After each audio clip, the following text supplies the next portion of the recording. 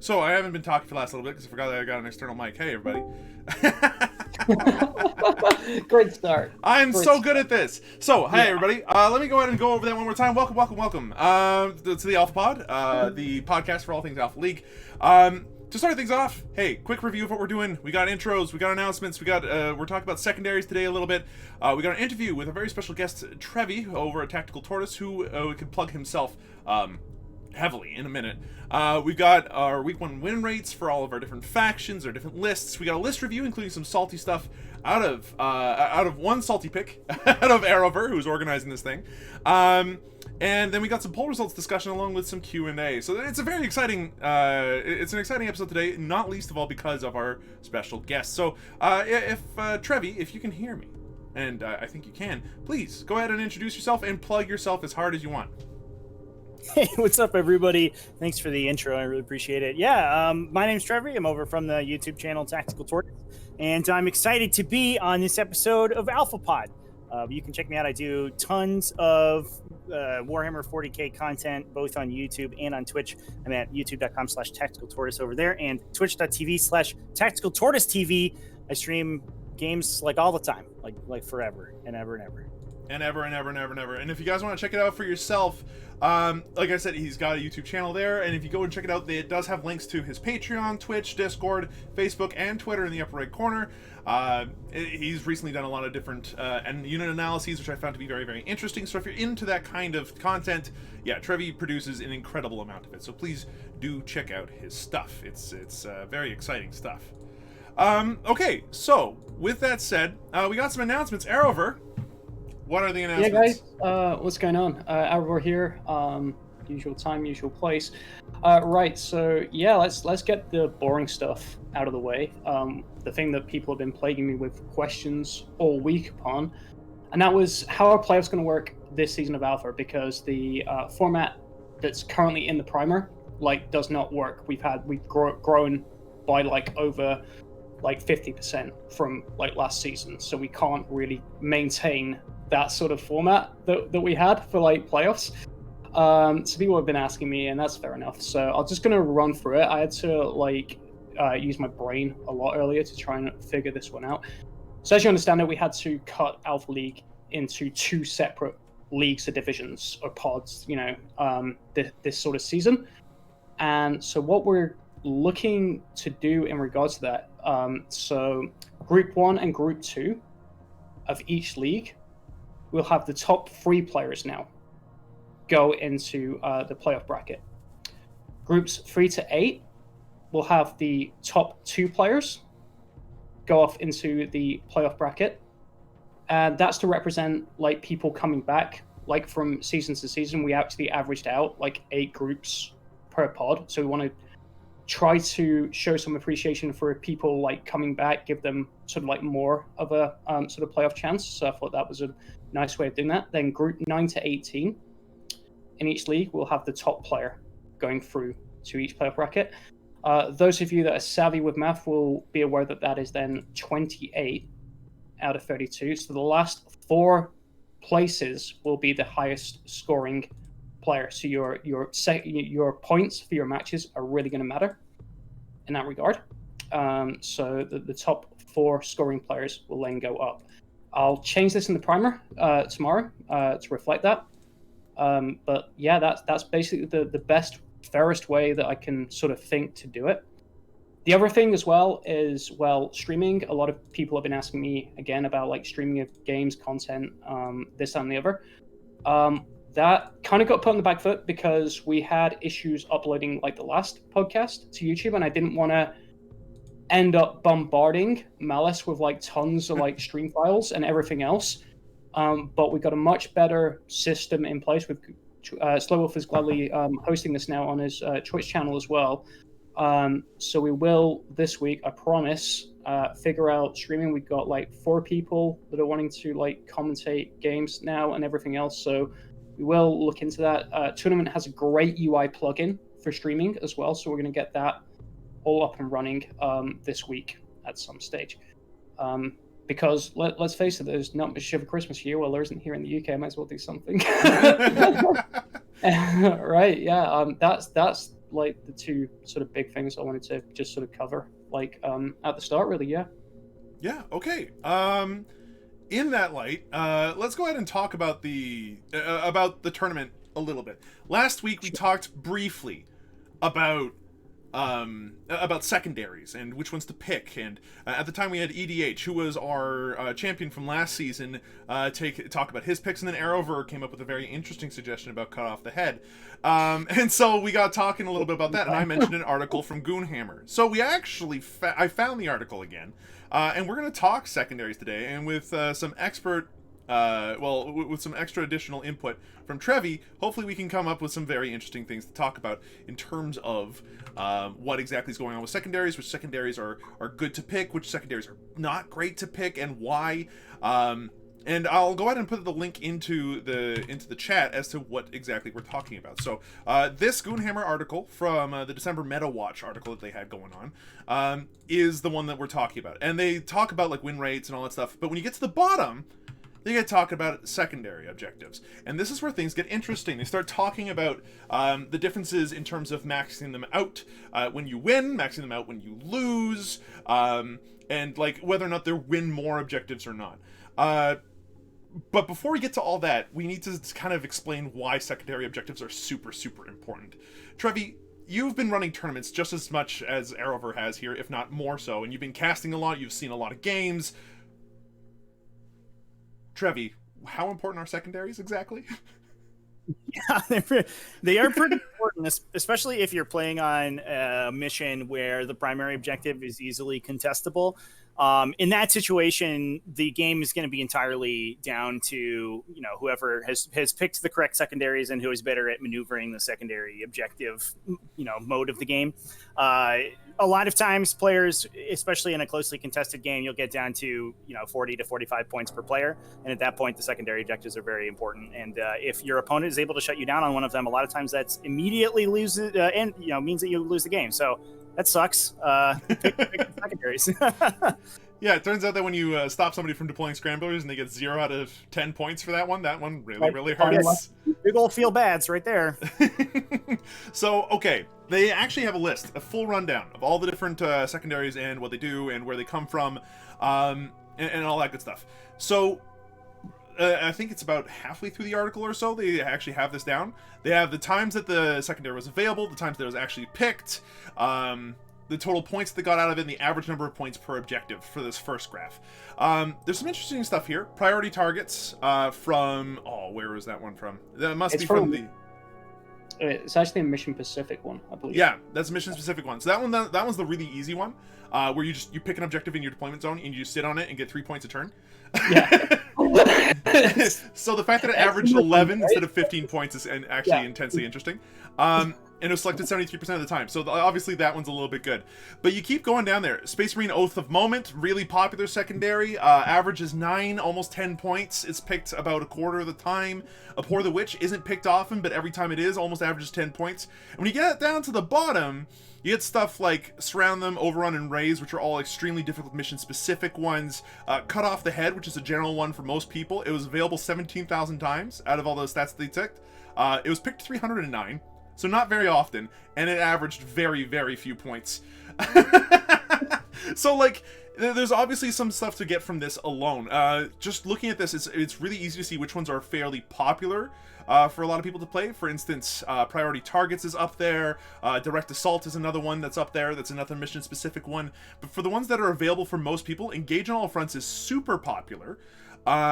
Deploy Scramblers is relatively popular. Data Intercept is a mission-specific one that's relatively popular. Stuff that is not popular also pops up that's interesting. Abhor the Witch isn't super popular, despite the fact that it scores points often, and we can talk about why in a minute. And then a lot of the Necron ones are way up there. Like, all 4 of the Necron-specific ones are picked fairly often. In some way, shape, or form, or at least tend to score really well in terms of average points. Which is how this whole list is organized. Trevi, when you look at this, is there anything in particular that stands out to you in terms of these secondaries?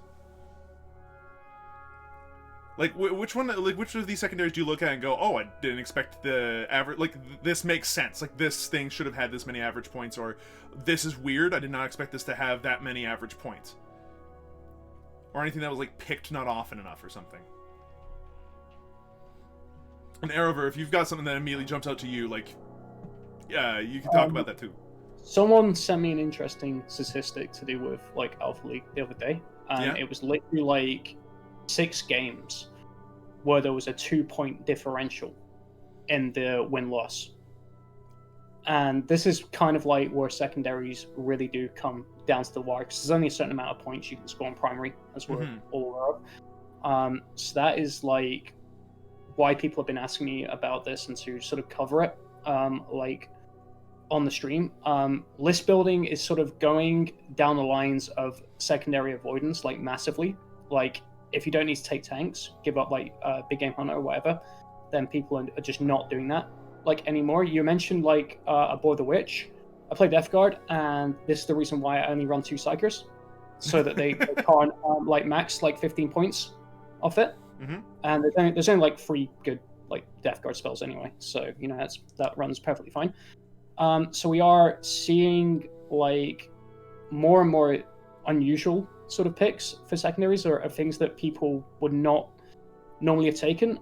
Like, there are armies that are super hard to pick secondaries against, Custodes, Space Marines, etc., that can just rely on like elite hard infantry, and you literally get like nothing like for killing them, like secondaries wise at all. There's no like gangbusters, and I know that's been arced on a lot, or anything like that. Like, the closest you get is Assassinate. With some Space Marine lists, there are a lot of characters, but with like Custodes, you don't even have that. Like, against Custodes, you've got nothing kill-wise that makes any dang sense. Yeah, like, so, that's a good point. Like, Assassinate can be a bit of a trap, though.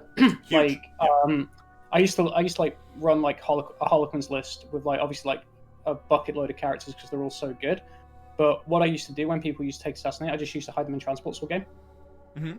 And then they just don't get, they'll get like maybe like 6 points like total. You know, I had to have my Shadow Seer out for, you know, his like +1 to wound and his 6-inch reduced range aura. But other than that, I can quite happily just keep the rest of my characters in Transport Sword game. I've got no issue doing that if someone did pick Assassinate against me.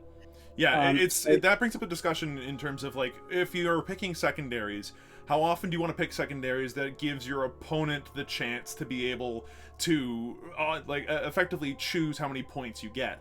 And that the Assassinate's one of them. Cut off the head is another one. Another one that actually really surprised me was While We Stand We Fight. I kept on hearing like a lot of people saying like While We Stand We Fight's really good and all that stuff, and it's picked 20% of the time. Makes sense. But it only got 6.5 roughly points on average per game, which is not a lot compared to the max 15 you could be getting. And this was typical for like some Space Marine lists. I've considered it in some of the lists I've made. So, if you run 9 Blight Haulers and just pick like a Blight Hauler in each unit, and just, you know, have that as like your While We Stands, they're so hard. With 4 up invul, 5 up Feel No Pain, and then like literally the amount of wounds like in that unit, they're probably not, because you're gonna allocate to your not While We Stand like targets. Yes. So you can just pick up points like pretty easily like that way, which is kind of broken in a sense, I guess. But at the same time, it's something that's CSM related, so I don't see it as broken at all. I see it as fair, Mhm. considering what other factions are bringing to the table right now. Whereabouts is Psychic Ritual on this one? That's been an It's interesting picked thing. and gets average points often enough. Out of the 17,000 times it's available, because they picked a sample size of 17,000 games, it's picked 708 times, so not often, only 4.1% of times. However, it still managed about 7 points on average, which is a little bit less than you'd want. I think that if you look at the way that most of the secondaries were designed, you're looking at wanting about 8 points to 12 points on average. If you got in there for every secondary you picked, is roughly how I feel about it. So it's a little bit less than that, but I'm surprised it's even that high, actually. Yeah. Psychic It's Ritual's really good hard to pull for off. Chaos. For Chaos, it's great. Like, you can get a Psyker to the middle, and you're seeing, because of Abhor the Witch, people aren't taking Psykers in their army. Like, current number, like Space Marine like librarians are becoming like less and less popular, so that they can then run that. So it's like warp charge free, I think. Yeah, And then it's impossible to fail if you have reroll ones. Like, if you have Armin, congratulations, he automatically does it, but he's got other things he wants to do anyway. Do that with a Demon Prince, who's only got one cast anyway, so, you know. Or like a changeling who doesn't have Gaze of Fate, or a Flux Master or something like that in some change lists. Like, yeah, it's a piece of cake. Yeah, there's definitely some risk involved in taking that one specifically. So I think that's an objective that the people who are taking it and able to max it out are definitely sort of incorporating that into their core game plan, because you do have to complete all 3 rituals with a single model, and it's so easy for your opponent to stop it, since you have to be so far up the table. And if your opponent just plays aggressively and is able to stop you, then they can shut you down out of those 15 points. But if you have a game plan, a plan for it, and you know what you're doing, I think that it can be a good one. But it's not surprising to me that it isn't taken super often. It also seems like one of those secondaries that would be a lot easier to pull off if you've got first turn, right?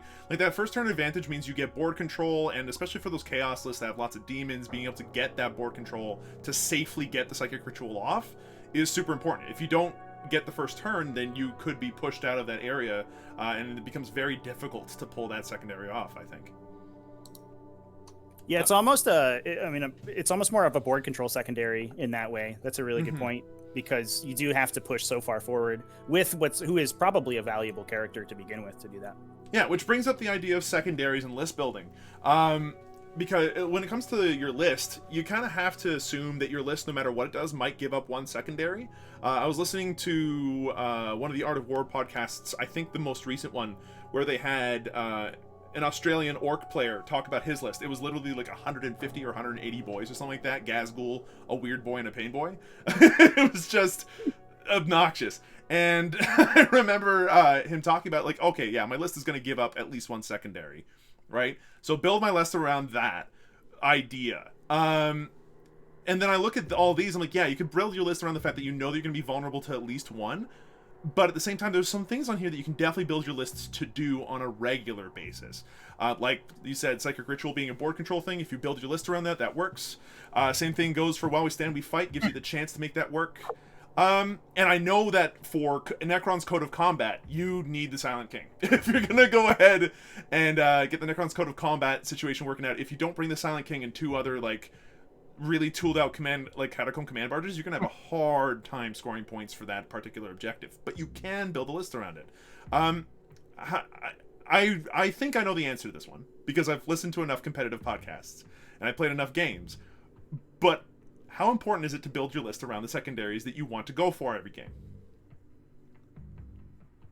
Yeah, I think it's very important. So, and the lists that are doing the best in the meta right now, at least from my perspective, are the ones that have a good sort of a plan A for secondaries, regardless of what their opponent's lists are. A lot of factions have to take one sort of just kill secondary or something that they rely on their opponent's list composition to score points off of. But the best factions in the games are the ones that can choose their secondaries kind of matchup agnostic. I know Harlequins are great at that. A lot of times they can do something like scramble and engage on all fronts, and While We Stand, We Fight, and they could just score all of those without having to engage with their opponent at all. And those are the ones that I think are really sort of the A tier, and really have a game plan around secondaries. And then next to that, most armies should or most lists that you submit to a tournament should be able to complete 2 secondaries without having to look at their opponent's army, and so you should have those in the back of your mind when you're building your list. Mm-hmm. Like one for sure, and then one's like, okay, if things go really wrong, I can flex it, but this should work in most games. Which explains why Engage on All Fronts is such a well-picked one, especially in such a Space Marine heavy meta. Someone in the chat mentioned that Space Marines bleed maneuver secondaries, which I think meant, and you can go ahead and correct me if I'm wrong, Havoc, but what that meant is that Space Marines, just because they're such an elite army, they don't really have the units to kind of space out and to prevent those kinds of maneuvering kind of secondaries. Do you think that that's accurate, or? Yeah, like Engage is really good. Like it's usually an easy 8, right? It's like a unit in like every table quarter, like especially on the smaller board size we've got now going on now as well. Even if you're only getting 2 points and you want to be moving forwards, there's no point just sitting in your deployment zone. That does not win you the game, like at all. So you may as well get points for actually like moving forward, which is why it's so commonly sort of picked. There's armies that really excel at it, like Harlequins can just be in every like table quarter, like every turn, like easily. Yeah. Space Marines we covered last week are like a mid-board army, so again they can do it really easily. I can do it just fine with my Death Guard, and that might sound crazy to some people, like the slowest moving like faction in the game. But when you factor in things like Blight Holders moving 10, Spawn moving 7, access to warp time, yeah, potentially, exactly, right? that sort of thing. I've got no problem with it. Orcs, it's easy. You've got one weird boy goes engage. Yeah, and it's really easy to score, and it's not. Because you scored at the end of your turn as well. Yeah, that's the kicker. Like you just get points at the end of your turn for it. So that just makes it like even easy. It's not like you have to hold out in those table quarters until like the end of the battle round, or it's like start your next command phase or something crazy that. Which really confuses me the way they do that with secondary. Some of them are like end of turn, some of them end of battle round, some of them are like command phase. Like yeah. Now, another thing that actually kind of surprised me here is the Deploy Scrambler secondary. Now, I understand that it's picked, a lot. That makes sense. That the average points being 6.8. I think that's just because it's a 10 point or nothing kind of situation, right? Like with the times where it doesn't go off, that drastically drags the average down. Yeah, never mind. That just makes sense. It looks like it sort of goes off just over half the time, which sounds about right to me. Yeah, and I imagine that it's more useful for some lists that have like an infantry unit with an extremely small footprint, like Tyranids if they have a Lictor in the list, Necrons if they decide to use a Hexmark Destroyer, which, I mean, I'm trying to make it work, but I don't think it's supposed to. Is he a character? He is a character. At that point. He is a character and infantry. So he can't scramble. He can banner, which is okay. Yes, okay. But like, and then you also have like flayed ones that can do that. I have seen the Doom buckets come in off strategic reserve and deploy scramblers. That happens. That's pretty sweet. Cryptothralls. Yes, those guys are great. I love them. I think in the Out of War Down and Under review of the Codex, they mentioned that those are the best action monkeys that Necrons have. And like for 40 points, yeah, definitely. Oh yeah, for sure. They're super, super good. Let's see, what else did chat have to say so far about all this? One of the cool things that popped up, if you have a list that is already going to give up a bunch of bring it down points, say you're playing Admech with a bunch of Castellans, the chickens, all that stuff, right? You could give up like 30 points of bring it down. At that point, why not just go ham and then build your list such that it's like, okay, you got your 15 points. But then what else are you going to pick against this list? Like, you've got your one thing that's 15 points, but I still have a bajillion vehicles running around doing their thing. Is that a valid way to think about your secondaries? Or is that just kind of like giving up, I guess, in that sense? Like, is that just unwise to build that way? Or is that something that you think is a valid way to build your list?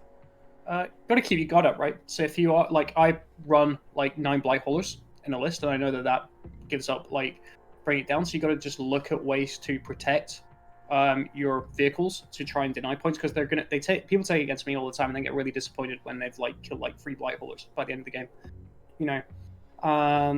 But you like Admech has tools. It has Shroud Storm for plus to save. It has minuses to hit as well, from Styges. So there's ways to keep your like vehicles like protected like well enough. Yeah, sure, you're gonna lose some, but I think one of our mix's like greatest strengths, other than like the priest, which are insane, is their ability to utilize like their sort of like vehicle sort of arsenal like in a game, because it is so powerful and so devastating as to what it can do. You've also got the forgive me, I forget the name of it, but you got the tank that doesn't require line of sight to shoot as well. Oh, So the that's a Scorpius dude? Yeah. Yes, so- the disintegrator with the Belleros energy cannon. Yeah, that's the So one. like I said, protect your vehicles. That thing does not need to move out of like cover like the entire game to like shoot. So you just got like really good like free shooting for like most of the game. Yeah, it sits on the back objective or something like that, and like Yeah. indirect fire isn't bad, as the Tyranid Hiveguard are welcome to go ahead and point out, right? So, now there's a couple. I think there's if you're focusing on a single unit type that makes you sort of susceptible to a particular secondary for your opponent to pick, I think there's actually a couple sort of directions you can go. One way is like Arafor mentioned with the Blight Haulers, you can lean into a single unit type that is very difficult to kill, or that you can deny kills on, and you can use it sort of as a trap card to your opponent. If you've brought exactly 15 points worth of Bring It Down, or maybe 17 points worth of Bring It Down, but you can hide 10 of those, and you can use them as area denial, maybe even a While We Stand target or something like that, then that's a good way to approach a list that has that style. The other thing that you can do is you suddenly kind of free up your options if you have already you sort of filled up a full score worth of Bring It Down. Suddenly your opponent's probably not going to take Assassinate, so you can look at characters a little bit more liberally. You can look at some of those other objectives that your opponent's probably not going to look at. I think in general you're going to be more consistent if you don't give up full secondaries, but if your list archetype ends up doing that, you can actually sort of use it to your advantage in some cases. For sure. And I think that's a really a good thing to keep in mind when picking your secondaries, and keeping in mind that your opponent. How do I put this? So I played a lot of Kill Team before getting into 40k, back into 40k, and one of the things that popped up was Arena, and being able to kind of do the mind games necessary to be able to pick up, okay, what secondaries are they going to do? What secondaries am I going to do to counter that and all that stuff? Being able to do that relatively easily is a really good skill to have. And being able to say, okay, look, I know my list is going to be picked, like someone's going to pick this against my list, and then having a plan to deal with that, I think is just good to have in in the immediately, like, it's just a good thing to have in the back of your head. So based off of the off the stats we just looked at, Goonhammer came up with about 5 or so major conclusions. First off, if you have priority targets available to you, pick it. It's way too good not to. Yeah, I'm surprised that FTC doesn't just put that in your secondary slot as soon as you swap. Yeah, right? Seriously. And with that mission, it's interesting because it's the mission where you have to move the objectives around. And I'm still kind of like figuring out, okay, so which ones would I rather be moving first and moving last, or moving second and third? But either way, yeah, priority targets is just way good. Oath of Moment is stupid good for Space Marines. Go figure. It works really well. It has a potential 20 points you can score, which is way more than you should be able to without having to even interact with your opponent, honestly. But it's really good. And honestly, I forget, where does Oaths of Moment fill in terms of category? Does it come in the While We Stand We Fight category? Does it come in the Engage on All Fronts category? I don't remember. But it's really easy for them to do because they just sit in the middle. Player just like click it. Yeah, effectively. Again, hey, if you're paying Space Marines, we wonder why FTC doesn't just immediately pick it for you. Yeah, that's in No Mercy No Respite, so that's the same as While We Stand. Oh yeah, then in that case, then it's probably situational in some situations where it's like, maybe I don't want to sit in the middle and I'd rather keep my guys alive and sit them in the back. But Oath of the Moment is stupid good. The only way I've found counterplay against Oath of the Moment is you allow your opponent to go first. Yeah. And then, because it scores at the end of the battle round, so you can clear the center, and you can put them into some difficult, awkward positions where you can force them to fall back as well. Yeah. At that point, they're scoring like less points on it. And I know people have this big thing about always wanting to go first, but it actually plays to your advantage to let them go first. Yeah, with and it picking that secondary. And some armies need to go first to even have a remote chance of winning, but like, yeah, being able to have that flexibility is definitely a way to play around Oath of Moment for sure. I kind of love conceptually that secondary kind of like punishes just Ultramarine players specifically. Don't use your chapter tactic. It's bad. Get out of here. Dude, don't fall back. What's tactical flexibility for you anyway? It's not very good with White Scars either, right? Because they want to. Yeah, they want to fall back and charge all the time. But like Charge. Blood Angels, Yeah. Oath of Moment is stupid strong because they never want to fall back, or their guys are practically fearless, or dead before they have a chance to fall back because you can't let them live. You've got like Black Templars; they're never gonna fall back and charge. They don't have to. But yeah, for White Scars, you're probably picking something different anyway. But Oath of Moment is good most of the time anyway. And even if you don't do the fall back one, if you kill a character or vehicle and stay in the middle, that's still 3 points, which is engage on all fronts in 4 quarters. Like that is still really, really good, even if you do fall back. I don't know. It seems like being able to get 4 points a turn is very, very strong. Which brings up the next conclusion they came up with, which is Abhor the Witch, Titan Slayer, Bring It Down. Show why they warp the format. So, Bring It Down is the one where you kill vehicles. You get 2 points if they're less than 10 wounds, and if they're 10 wounds or more, you get 3. Titan Slayer, kill a Titanic unit, get 10 points. Kill 2, get 15. And Abhor the Witch, every psychic thing you kill just drops points from the sky. It makes every single unit of horrors, rubric marines, anything with a psychic tag onto it turns into a pinata. It's exceptionally strong against those lists and is otherwise useless. I like having flex picks like that for secondaries, and I think it's really important to keep them in mind. But at the same time, yeah, they're real strong, so be careful of that. Like we mentioned before, all 4 Necron secondaries are pretty decent. Like, they all scored relatively well, which is good to know. And Cut Off the Head is the worst non-mission secondary in the game. Unless you're playing against Custodes. With an average of only 4 points, Cut Off the Head is rarely picked and never probably rewards not its that player. Like one of like the 5 people that's ever taken it. Like. So now here's where things get interesting. It's a terrible idea. This next table, very quickly, is just how often do you maximize points for the things you pick up. Deploy Scramblers is right at the top. You max it out 69% of the time on average. After 5,000 times it was picked, it was maxed 3,000 times. Simple. It's the top one for a reason. Psychic Ritual's near the top too, actually. I imagine that people built the list around it, but out of the 624 times it was picked, 48% of the time it was maxed at 15, because it's also an all or nothing one, so if you don't max it, it's useless. Teleport Homer was picked very rarely. I still would not pick it based off of how good it is. It's terrible, but like out of the times it was picked, at least it got maxed often enough.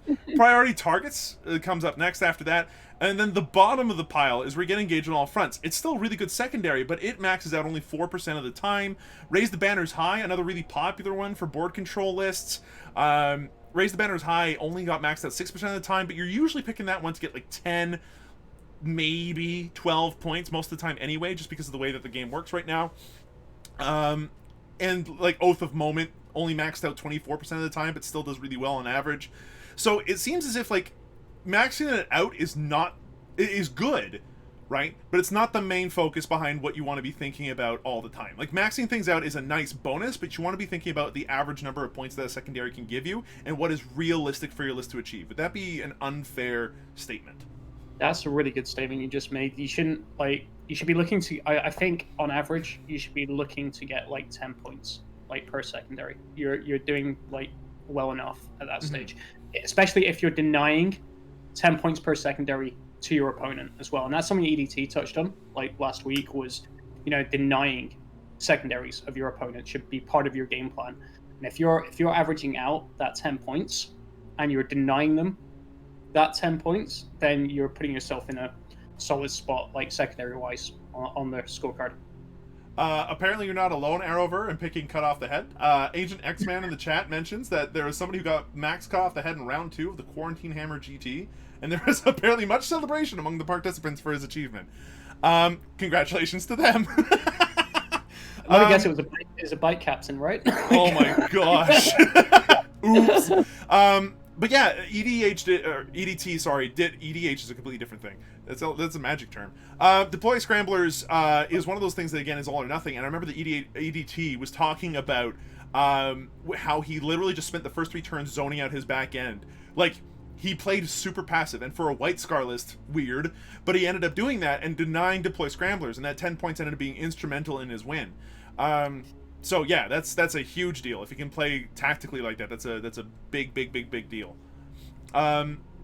Let's see. So they came up with 3 major conclusions out of that table. Engage on all fronts is potentially the lowest maximization rate of any secondary, which we talked about, but it's still really good because it does end up earning you 10 most of the time. And it does combine with other secondaries like deploy scramblers. When you're engaging all fronts, you're typically also scoring another secondary at the same time. There's synergy there. Abhor the Witch is still ridiculous. Oaths of Moment and Ancient Machineries are the Codex secondary objectives most likely to be maxed out during a game.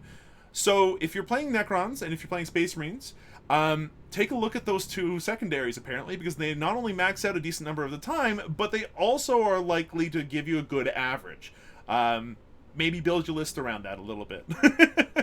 For Oath of Moment specifically too, I think it's important to look at the mission you're playing, because if you're on a 5 objective mission with 1 in the middle, Oath of Moment seems like an auto pick for me, because you're already going to be pushing towards the center. But if you're playing like a Scorched Earth, where all of the objectives are spread apart, like don't lock into your game plan. Oh, I'm going to take Oath of Moment, because you don't really want to go to the middle in that one. You're going to be off the objectives. Like being in the middle there is just like, okay, great, you could get the points, but your opponent could just literally stay away from you and earn all their points just fine. You want to be contesting their points and denying them their primary as often as possible, and Oath of Moment want to help you there. Yeah, super agreed. Then let's see. So as far as the secondary maxing rates versus the winning and losing player, this was interesting to me. So this one goes over the secondaries and goes over whether or not they won, whether they maxed it, or if they lost, whether or not they maxed it. And Psychic Ritual pops up right at the top, where it has a loser max rate of 27% and a winner max rate of 73%, which is a huge difference. Effectively, if you're losing and you pick Psychic Ritual, you're not going to max it. If you're winning and you pick Psychic Ritual, you're going to max it. This brings up the term a win more secondary, which has popped up here and there. I remember back in the old ITC, you had several of the secondaries that were win more secondaries. Like if you were going to win, this secondary was just going to get you some more points and doesn't offer you a way to kind of come back into the game.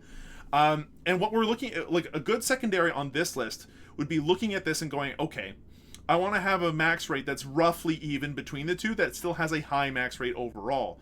And you have something like if you're losing, obviously you're not maxing it as often. But when you have a situation like, oh, where is it? Teleport Homer. Cut off the head. Here we go. Perfect example. Cut off the head. If you're losing, you get it 5% of the time.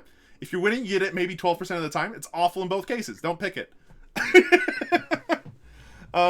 Or Teleport Homer is interesting in that it maxes out 62% of the time whether or not you win or lose, but that's a weird one, honestly. Looking at this list, is there anything that pops up that's interesting to you two?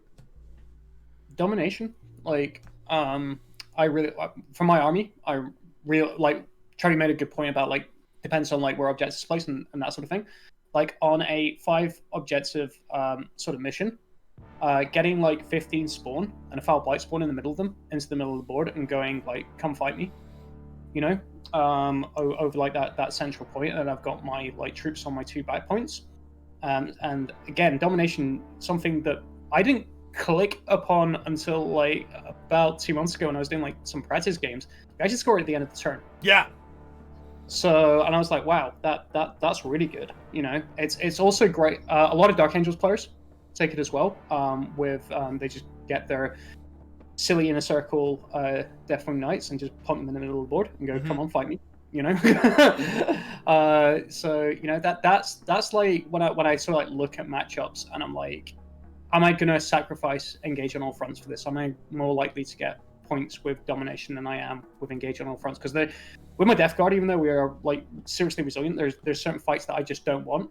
And sometimes engage on all fronts can be like detrimental to where I want to go on the board sometimes. Yeah, absolutely. One thing that's interesting to note here is that in the majority of these situations, what you're looking at is whether or not they have like a 1 or 2 or 3% max rate, whether or not you go first or second. Just from a basic analysis, domination, if you're going second, it's trash. Apparently, you don't do well with it. And what's sad here is that your secondaries are picked before you know who's going first or second.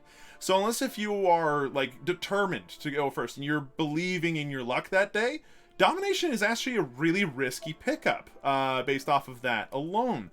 Like the chances that you actually score points with it are so much lower if you don't go first that it's almost not worth looking at. Maybe. Raise the Banner is high, same deal. You don't get enough objectives. You get overrun fairly quickly if you're not careful. And as a result, if you're going second, Raise the Banners tends to go really, really badly. And even Engage on All Fronts, but Engage on All Fronts is such a low max rate in general that this doesn't really mean anything because the average points are so high. So what this shows to me, from what I can gather, is that we look at these and we go, okay, if I'm going second, can I have even a remote chance of maxing this? And anything that's above 10%, I think, is really good. Like if you got above a 10%, it's not a bad chance you can actually make it work. Deploy Scrambles is at 57% if you go second, that you have a chance to max it, which is incredible. Like that's really, really good. And Goonhammer agrees. Deploy Scramblers and Teleport Homer offer the highest chances of maximizing a secondary to a losing player. Just that Teleport Homer is it requires devoted units to make it work, and I think that secondary is just kind of rough in general because you have to have like 2 units in the opponent's deployment zone doing an action or something like that.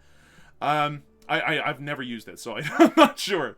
Code of Combat and Investigate sites are also likely to be maxed up by the losing player. Psychic Ritual is the most win more secondary in the game. Don't pick it. That's an interesting way to look at things. After Psychic Ritual, Domination and Surround Them are probably the next worst, with only a 1% max rate for the loser. And Pierce the Veil is a great pick for Psychic armies on the maps that it's good on. Otherwise, maybe don't pick it. What do you guys think about those conclusions? Yeah, what was the difference between Psychic Ritual between first and second? Was it? It was 27 to 73%.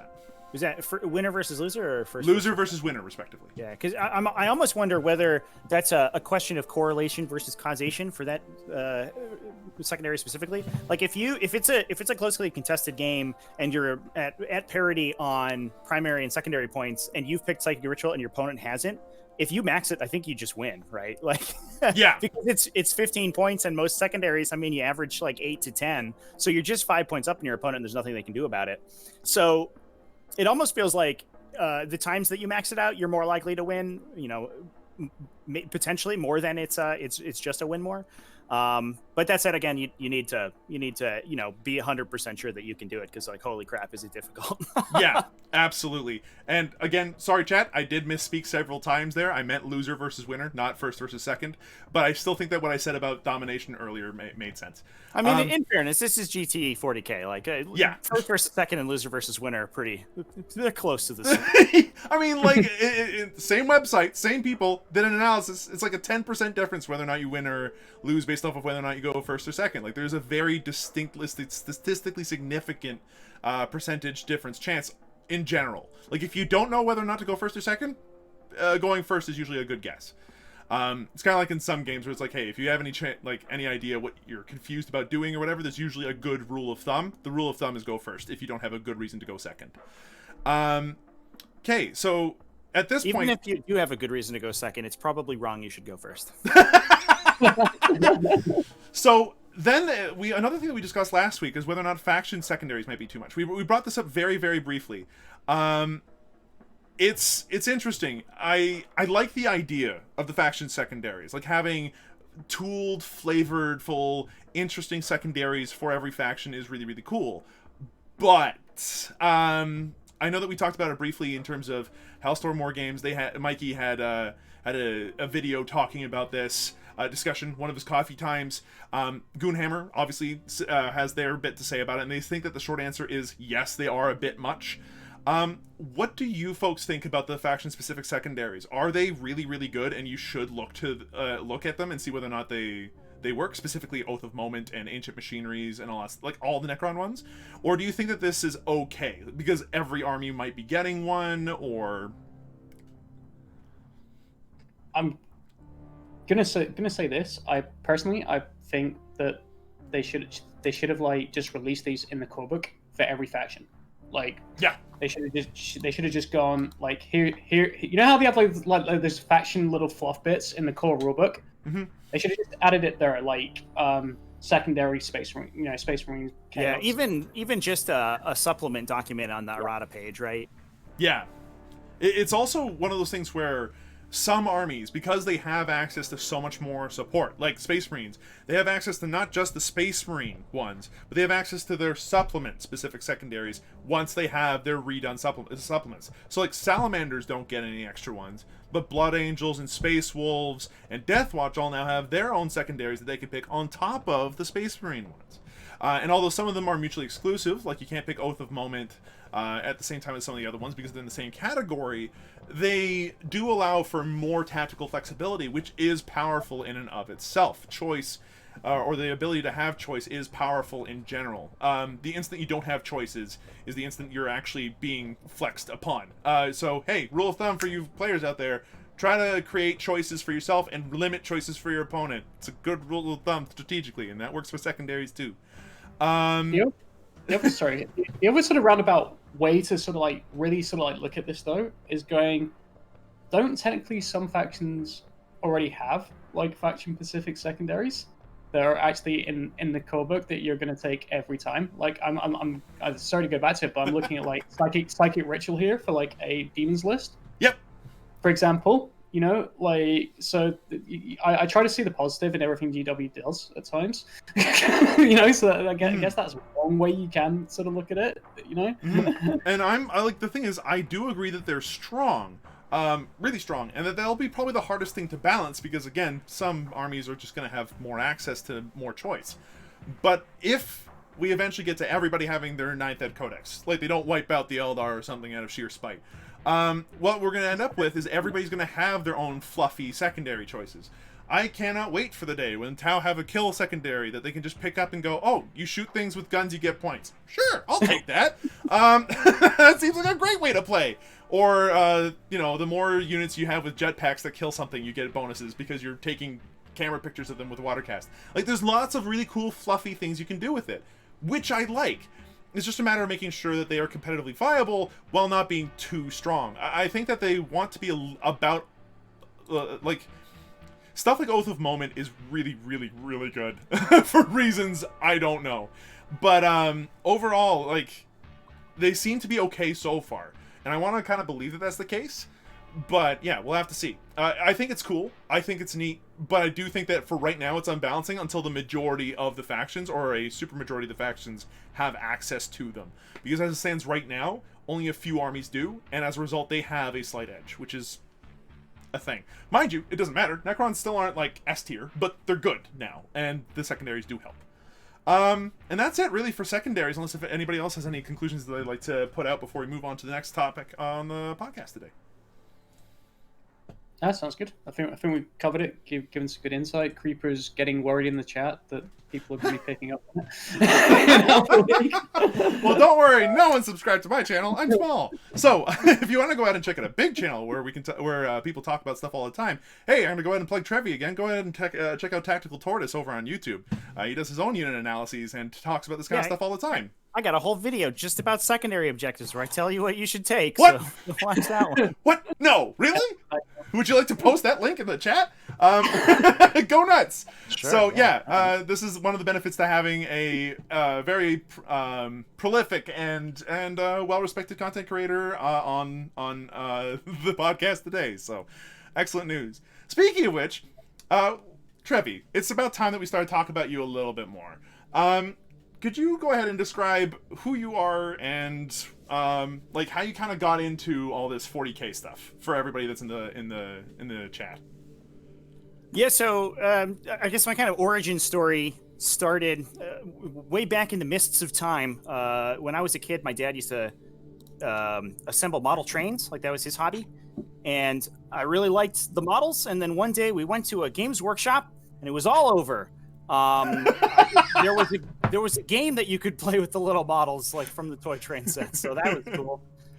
So yeah, I was sort of hooked from a very early age. I've jumped around a bunch of different games. I started on the brilliant marketing campaign of GW's that was the Lord of the Rings strategy battle game. Oh, man, which I remember that. Yeah, it's actually a really well designed game, shockingly, from Games Workshop, and kind of ahead of its time. I wish I had sort of the same level of tactical acuity that I do now as I was a kid, because I would have been sick at that game. But I was bad. One cool thing I liked about that rulebook actually is that it had a paint guide at the back. I still use that every once in a while. Anyway. So I moved from there to Warhammer and Warhammer Fantasy, and I jumped around, took a hiatus a couple years ago to play some other games and go to school and all that stuff that people usually do. But last June I jumped back into 40K, and the rest, as they say, is very recent history. All right. And during that time, I know that you played War Machine and some other stuff, I think, as well. Or am I losing my mind here? Yeah, I played the crap out of some War Machine for sure. I was on the US WTC team for War Machine for 2 years, and played a ton of that game. So one of the things that I know you for, at least, is that you have your YouTube channel and everything. And importantly, you run your own tournament, your own online league, and you play a whole lot of online Warhammer using Tabletop Simulator. You even take the time to make sure that you've got like cool effects on your Tyranid models to make sure that they look all synapsy and psychic and stuff. Outside of the fact that we're currently under a pandemic of epidemic proportions, what do you think? What kind of brought you towards the tabletop version of the game, and what has kind of made you so passionate about it to create a tournament scene for it? The tabletop version or the tabletop simulator version? Tabletop simulator version, sorry. Okay. The online tabletop simulator version, the one. Gotcha. Yeah. So, my favorite way to engage with miniature games is to play in tournaments, and I like especially sort of the RTT tournament style, where you go and you play a boatload of games in one day, and then you're done, and you and your friends get together and talk about your games and have a good time. And as soon as quarantine hit, that was impossible. So I decided that I wanted to kind of recreate the experience online. I started by running a single tournament on Tabletop Simulator that I think filled up. We had 16 spaces and it filled up in like 2 hours. And so I ran another one, and then that one filled up, and we just kept going until we ran. I don't know. We're in the 50s now. So that's what we impressive.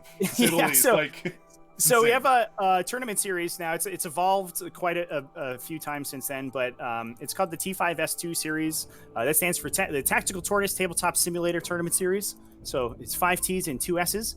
And what we're trying to do is be a global ranking league, essentially, for online 40K. So any tournament is eligible to be included in the series as long as you're at least 8 players to start, and you play 1,500 or more points.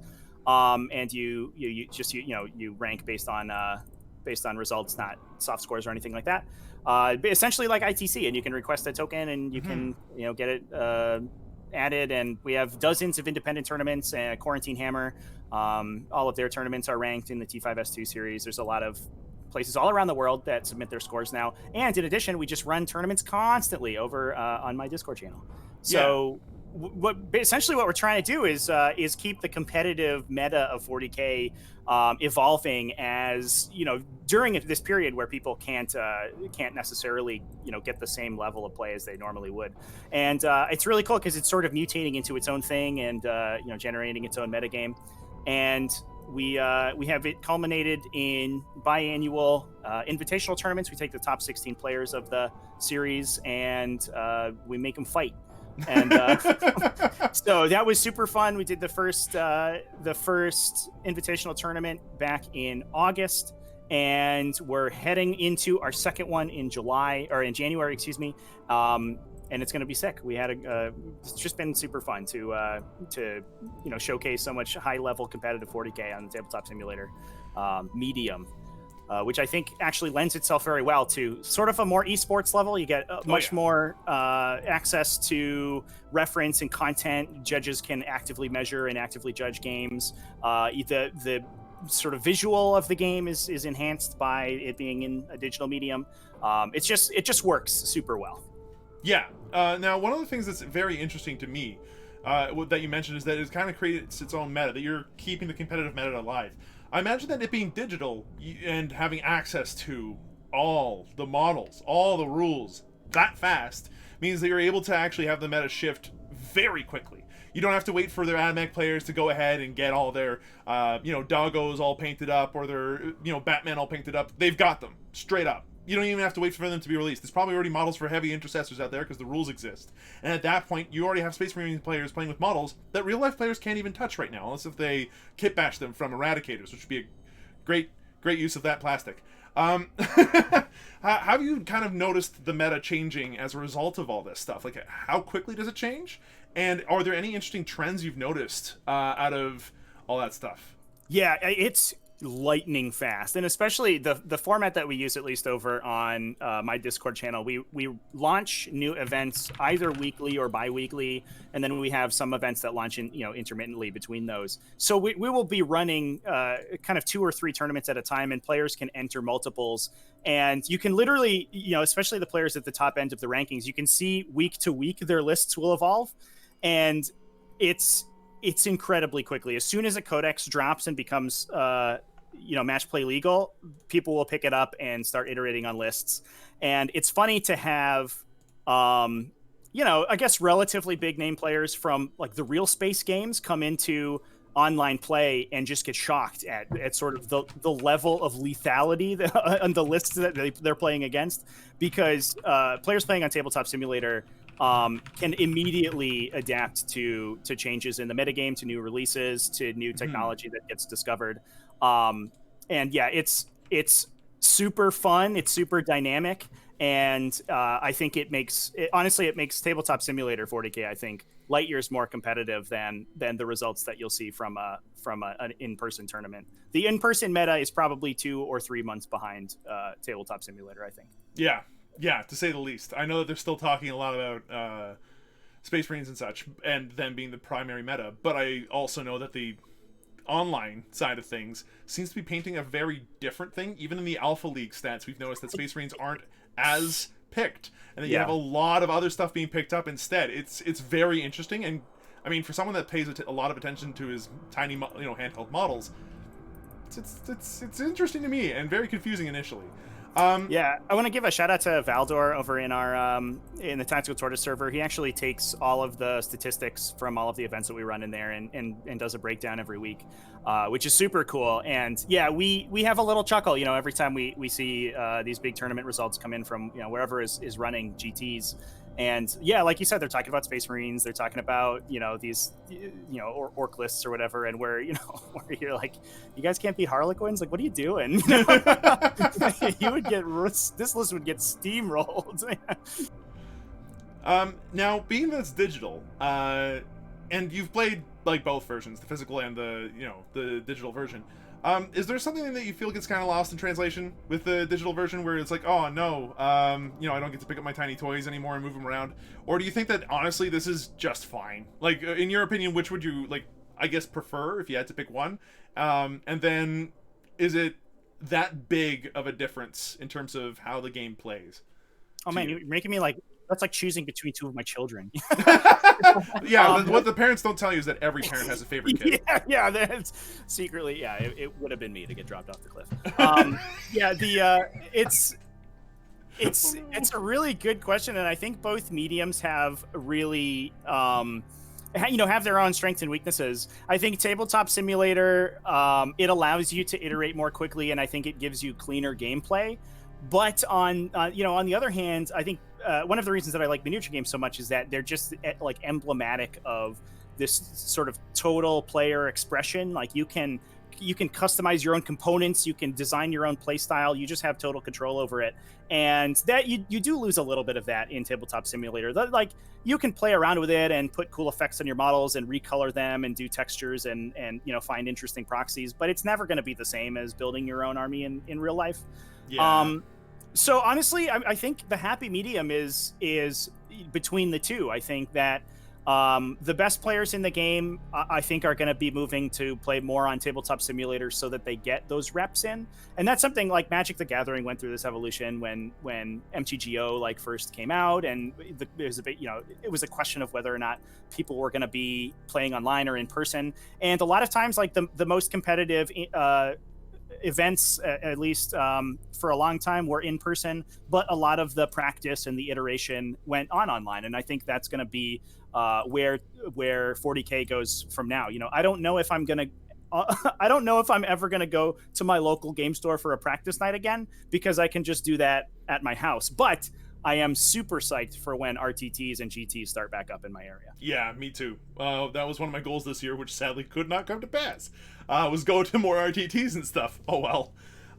Now, you've been organizing, and I just realized I say that a lot. You've been organizing tournaments now, the triple T, like the quintuple T S2, 5T S2, there we go.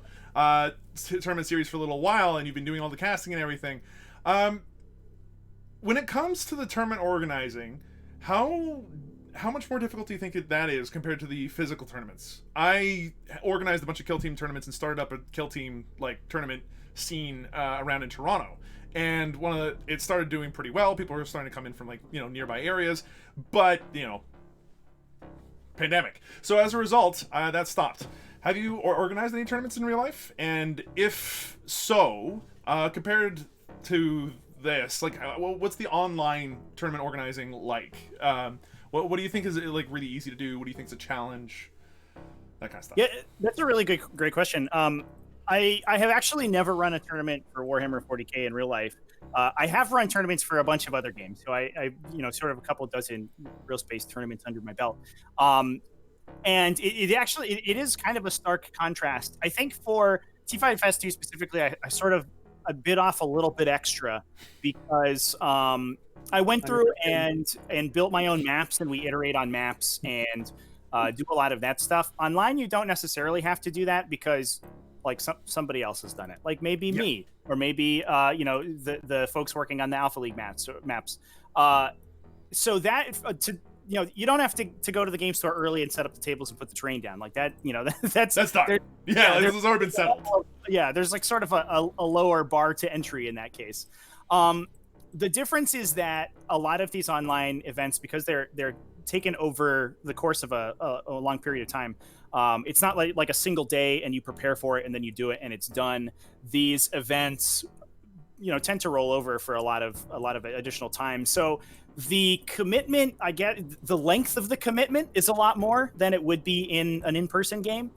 But on the flip side, a lot of it is sort of player controlled. So you're not there to actively judge every game. You don't have to answer every judge question. And for the most part, it puts a lot of the onus on players to play a clean game and to look stuff up themselves, which, thank God, most of the rules questions are just read the data sheet, man. It's right there.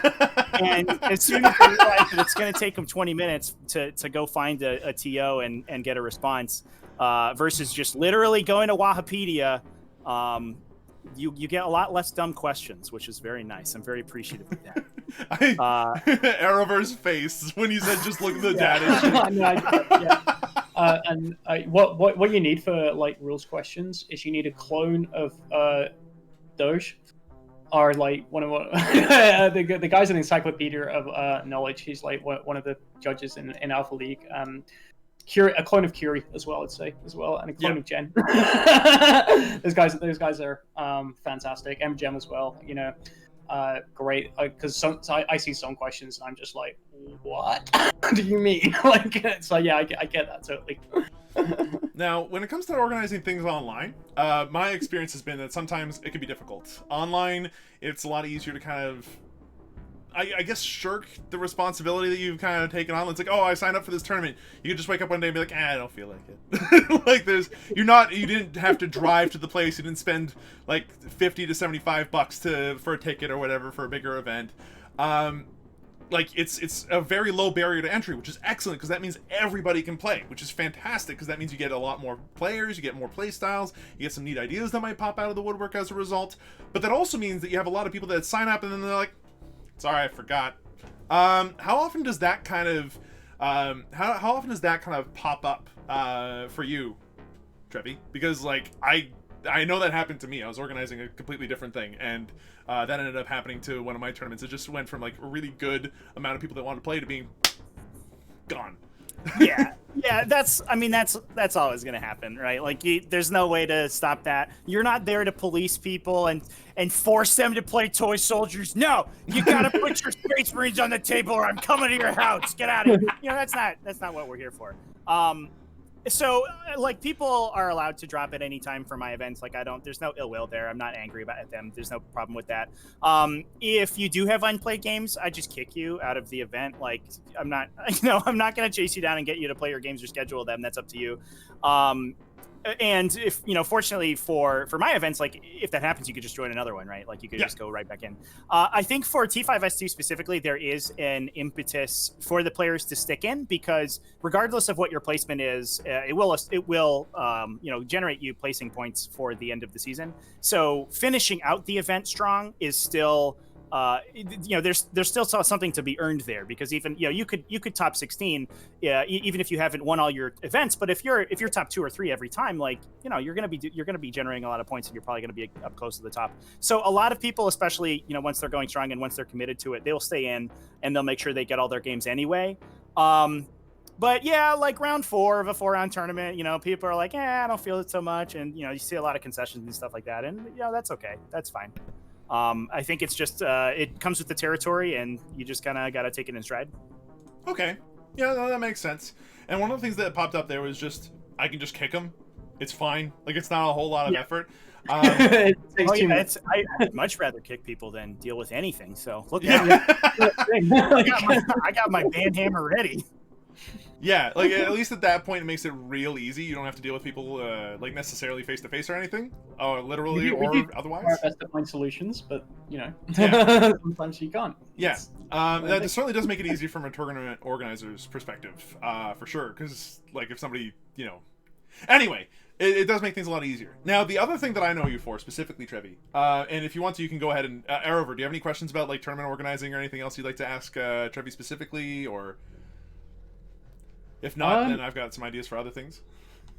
Sure. I was just going to ask, like, do you have like a team of people who do work behind the scenes? Because we do an Alpha League, and we don't give them like near enough credit, like judges and that sort of thing, like map designers and things like that.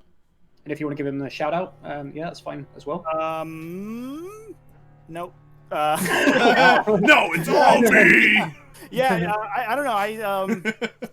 I'm terrible at asking for help from people, so it's 100% me right now. And I mean, the community is great. They're very supportive. They're understanding if pairings go up a little bit late or something like that, and they're very helpful providing feedback on maps and things like that, so we can keep things balanced as much as possible. But yeah, besides people who are putting in their time, I think I mentioned Valdor before. He does a lot of sort of mathematical analysis and stuff like that. And people who are contributing to the community. In terms of the actual organization right now, it's just me. That's an impressive amount of organization, and that includes like producing all the casting and all that stuff as well. Like, is that all you do? Yeah, that's So wait, how do you get so this brings me up to the next topic I wanted to talk about. When it comes to the casting, because you do a lot of it yourself, and I'm not sure, how often do you have like co-casters on with you? Every once in a while, if somebody's available and they want to do it, then I'll have them jump on. But more than half the time, it's me. How often do you end up how do you set it up so that way you have games to cast? One of the things that happens with Alpha League is like there's a lot of games, right? And there's a lot of people playing at different times, and they don't necessarily broadcast it in the public channels. How does it work for T5S2 in terms of getting the casts down and making sure you have something that you can go ahead and talk about while when you want to get a cast down? Or is it more the other way around? Like they ask you, hey, can you cast this game? And you'll be like, yeah, sure, I'll slot that in. The understanding is we started by streaming every semifinals and finals game of every event, and that just became too much. So right now I stream every finals game. Okay. And then the understanding is that for the most part, if you are in the finals game, your game will most likely be streamed unless there's a scheduling conflict. Okay. So yeah, usually as soon as the sort of final round pairings go up, I'll chase down the players to get the time that they've scheduled their game, and they're up to they're open to schedule their game whenever, and if I can stream it, then I will, and if I can't, then oh well. For the Invitational Season 1 anyway, we had that a little bit more strictly lined up. So players had sort of windows that they could schedule their game in, and then we'd have as many games as possible be streamed from that.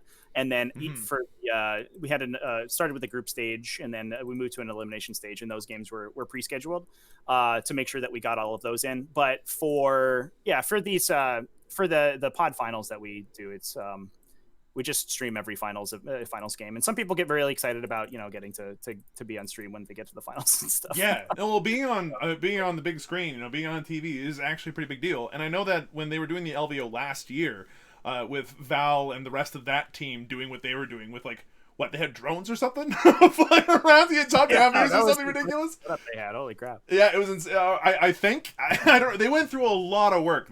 I'm pretty sure that some of them did not sleep the entire time, which is insanity.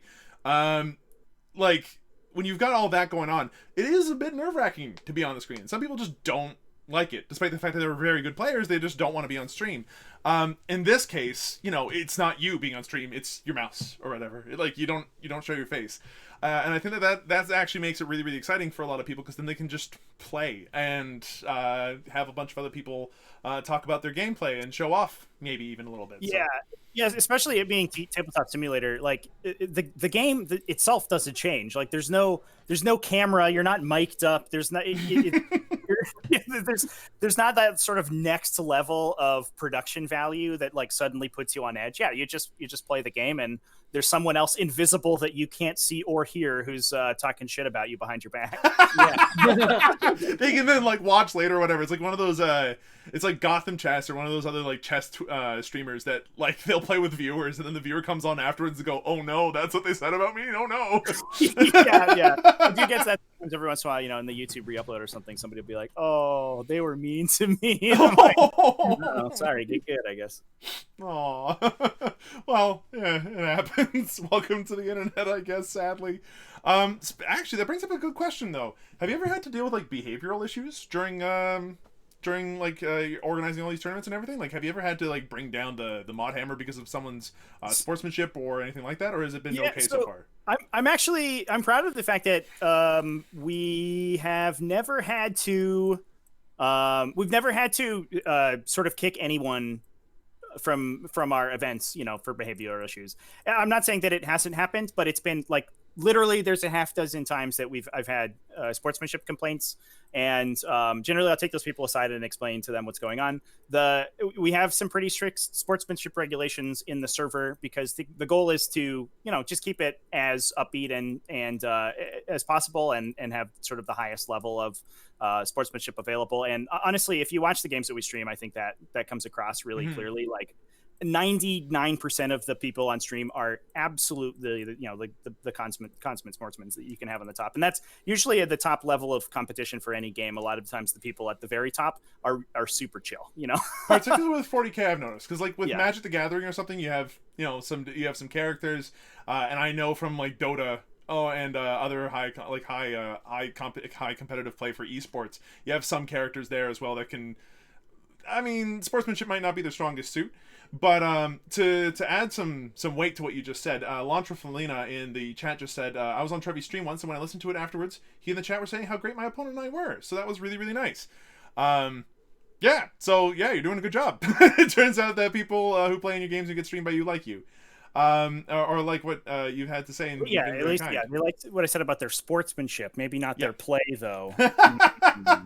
Oh, I pray. It's really easy from a third perspective, isn't it, to comment on the number of times you look at someone else playing a game, you're just like, oh, that's a blunder. And then when you're playing the game yourself, you're like, no, this makes perfect sense. And you watch it afterwards, you're like, I was a moron. See, I was right with it. When I went onto the TDS 40k stream back in season 4, I was wise to this, and I was actually justifying all my plays, sort of commentating myself, no, you're not gonna catch me out, guys. No, I definitely do that too. When you're playing, especially on Tabletop Simulator. You have to play with some degree of intent. So one of the things I found super helpful is okay, I'm gonna put these guys, I can move them this far, and I'm putting them here so that way they're in cover. The idea here is that I can do this, right? And you don't want to say your entire strategy, but being clear that you're doing this because you want this to X, you're doing X to make Y happen, I think is super, super important. on Tabletop Simulator in particular, because of the fact that it can be a bit finicky to manipulate depending on how the map is made and the terrain and how, I guess, TTS literate the player is. Like if they know the controls well enough or not, right? Do you think that that's something that's important too, is making sure that you play with that intent online? Or is that, because I remember you talking about this with Nick Nadavati and nuts, how did I forget the name of it? Anyway, you talked about this on the Art of War podcast, so yeah, that's what my good friend John, we used to play together, John Damaris, thank you. Yeah, I mean, intent is always important in any miniature game, full stop, period. Whether or not it's online, whether or not it's 40K or literally anything else, just always, play and clearly state your intent with your opponent, and it just makes for better games and more, tactical games and a clearer game state and everything. TTS, especially like you mentioned, like there's definitely some TTS weirdness. I just picked up Space Wolves, and oh boy, the colliders on the Space Wolf Dreadnought models, they're terrible. Oh no. Why do you think you've never seen a Defiler on TTS?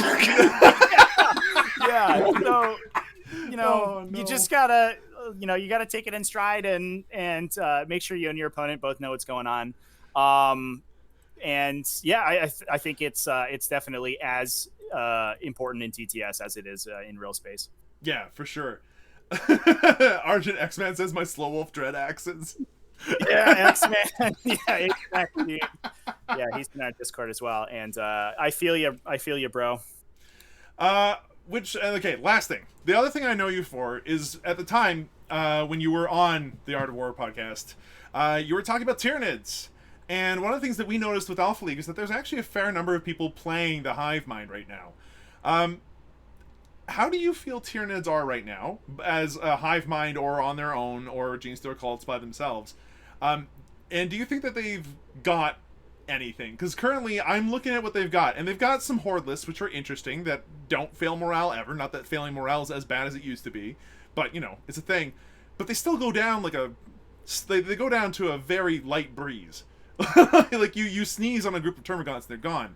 Yeah, it doesn't matter that there's 200 of them. There's still toughness 3 idiots you can kill with a bolt pistol. Like your opponent will be able to destroy them. So in that case then, like, are we missing something here, or is Alpha League just full of a lot of people that like bugs? Yeah, I mean, I think Tyranids are right smack dab in the middle. They're very much, I think, a 50-50 faction, assuming that if they almost every game with Tyranids I've gone first, I've won, and almost every game with Tyranids I've gone second, I've lost. So it's just straight 50-50 down the middle. And I think a lot of sort of the B or C tier factions in the game right now are right at that spot. Yeah. The first player advantage in GT 2020 is insane, and a lot of times it's just too difficult to overcome if your codex isn't hyper optimized. When you're going second. So, I mean, I think Tyranids, they have some really good tools, and I think they play the style of game that the GT packet is bringing okay. They're not actually very good at holding objectives, but holy crap, are they good at contesting objectives? Like, just to anticipate you being on hold 1 at like every turn most of the game against a good Tyranid player. But how does the Forge World impact their thing? Because I from everybody that's read that Armor Compendium, everyone's like, man, Tyranids got a boost. Look at these guys. It's okay. It's okay. They're fine. Yeah, there's Forge World stuff is just okay. That's a lukewarm take. So explain, please. It's if you look at specifically, like, Dimacarons are a pretty solid beat stick unit, but they're not super difficult to take out. They're just toughness 7. They have a 5+ invulnerable save, which is good, but they're expensive and you can't block line of sight to them, essentially, so that they're just going to get killed by an Eradicator unit most of the time. And essentially the same thing goes for the Hyrule duels as well. They're expensive. They're T8 monsters. They have a boatload of wounds that you can put on the table, but they're just so susceptible to anti-tank fire that they're just going to get hit. I mean, not to say that any of them are bad. I think they're all just fine, but I wouldn't say that like they broke the faction wide open and now you can run Hyrule duel spam and win all your games for freezies. Yeah, that's definitely something I noticed with the Imperial Armor Compendium in general, is that nothing really broke anything yet. that we've found. Yet is the key word there. Yet is the key word, especially now that they've given Death Guard and Thousand Suns back their termite drills or whatever. So yay, party harder. Okay, well, that's all the questions I've got. Is there anything else you'd like to go ahead and tell the chat about, or any other hot takes you'd like to drop on us? Harlequins are really good. Is that shocking? That is a very cold take. That is extremely cold. Right. Too bad. Don't worry, if you want some more hot takes, hey, check out Trevi's YouTube channel. I'm not sure if I plugged this enough yet. I got some mad hot takes in there. Yeah. Stop Thunderwolf Cavalry, everybody. See, that's kind of what I was going for. That one surprised me.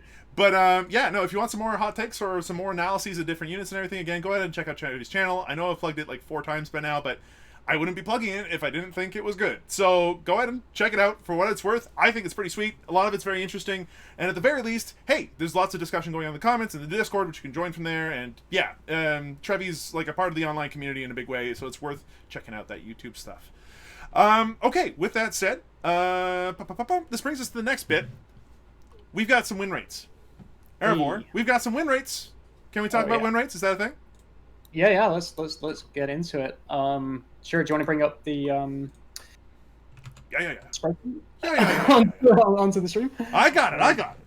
No. Yeah, we know how much everyone loves stats. Stats. I'm not obviously. Curie's like slacking. He hasn't given me a pie chart this week. You know how much I love pie chart. What are you doing? God! Damn it! No, to borrow the joke from. Big shout out on the way to Curie and Joko for updating this for this week. Great work, guys! Thank you very much. I don't understand how it works or how they do it. They just do it. It's great. But yeah, all right. Let's get into this. Joko says no problem. Joko gives you the big thumbs up in return. Cool. So first things first. How many games have been played? To start things off, I think it's worth remembering that right now we've played approximately 33% of all the Alpha League games for this season right now. Yeah, there has been 119 reports, so 119 games played, 241 remaining. Decent sample in a week, size. that's good, guys. Well done. Yeah, I'm impressed. and Alpha Leagues are usually 3 weeks long, right? To get all the games done. Yeah, like 4 to 5 weeks long. So yeah, that's really good going. And to start things off, we've got the Imperial side of things, because where else to start but the poster people. So Imperium, out of the bunch. Let's start off with Sisters to begin with. Sisters, they've played approximately what? They've played what seems to be 11 games. They've won 8 of them. Yeah, they're really good. Yeah. What do you think makes Sisters as terrifying, as strong as they are? I've got a couple of ideas of my own, but what do you two think? They have the best tank in the game. Like that's like I'm just gonna throw that out there. Do you mean the Immolator or the Exorcist? The Exorcist, the Organ one. That's the Exorcist. Yeah, it's the best tank in the game, especially where you can manipulate number of shots and stuff with miracle dice as well. Is insane. Mm-hmm. Are you guys seeing a lot of Exorcists being played right now in Sisters list? That's interesting. Yeah, that's interesting to me too. I don't know if I've seen one since 9th edition came out. Yeah, they're good, but I think running 2 at least. But also let's. I just have a lower throw with that tank. That's all that is. Yeah. I just wanted to get that off my chest. But also just the way the army plays, really tough, durable troops. The nutters with the chainsaws that take midboard and combat and kill you.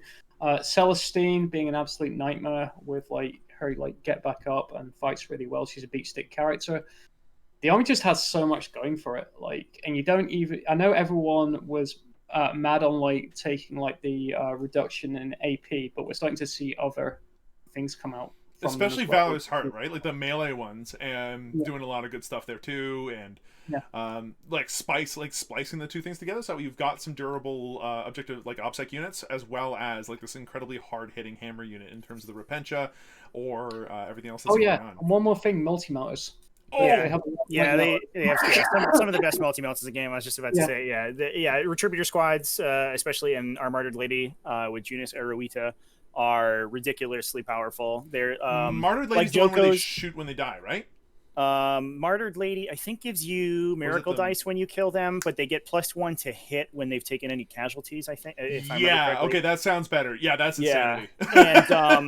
And and then you stack that on top of the fact that they can get rerolls of 1 to hit and wound with Junith, on top of 6 multi-meltas shooting at you out of a Retributor squad with 2 Armorium Cherubs at plus 12 inches of range and +1 damage. Just a ridiculous amount of firepower with miracle dice backing it up. It's so good. It's such a powerful fire base. The entire army plays really well, sort of out of line of sight. If they can hide very well, they can just trade up into whatever you put onto objectives and kill it. And they played this trading game super well, and they have a bunch of different modules that they can put into their list that all work together pretty well. Sisters of Repentro we mentioned. Most lists start with that Bloody Rose Vanguard to put those 3 in there with the 3 rhinos. But then also you can slot that in with, we've seen Mortifier see play. Those are incredibly good. We've seen, like I mentioned, the Armored Lady. We've seen the Jump Pack Infantry. They just have so many directions they can go in, and all of them are at the very least decent. Yeah. Not to mention the fact that, like, sisters sometimes just steal games between, Moment of Grace and smart use of miracle dice, and you can get Becky to make all of her invulnerable saves and kill all your characters like randomly during your own turn, and then she charges you. And sometimes you just randomly lose to sisters players because they made their invulnerable saves, and it feels bad, man. Oh, that sounds like playing against my buddy who plays Harlequins. Sometimes their 4-up save is a 1+ invulnerable. Yeah, it's just like they get one of those, like they get 2 of those 4-up saves for free. You swing 4 times into them, they just have to make 2, and the other 2 are free free rolls. Like, oh my God, and even if they make one of them, like that one attack is not normally going to kill a character in one go. And like, oh, good, you killed one sister, fantastic. Like, good job, brother Darius, you massive Redemptor Dreadnought. You failed to kill more than one sister in a squad. You're excellent. Now, Sisters of Battle tended to carry their weight the most out of the Imperial stuff that isn't Space Marines. Past that, Imperial Soup, Custodes, and AdMech almost batted about only like 60 to 50-50.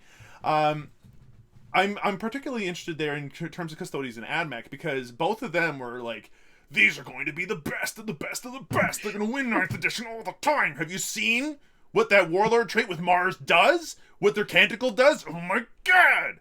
And yet they're sitting here at 50-50. Now, part of that might be because of the number of players. Part of that is maybe just, the army. But I think another big part of that is potentially the pilot behind the army. If you have somebody that's not used to playing Custodes or AdMech, maybe that's causing issues there. What do you two think there? Like, what do you two think there about the 50-50? Like, why are Custodes and AdMech kind of sitting where they are rather than, like, up where Sisters are necessarily? Because I know that for a lot of people, Custodes and AdMech were meant, and like Imperial Soup, were all meant to be like, really, really good. Or at least theoretically, we're supposed to be very, very good in 9th.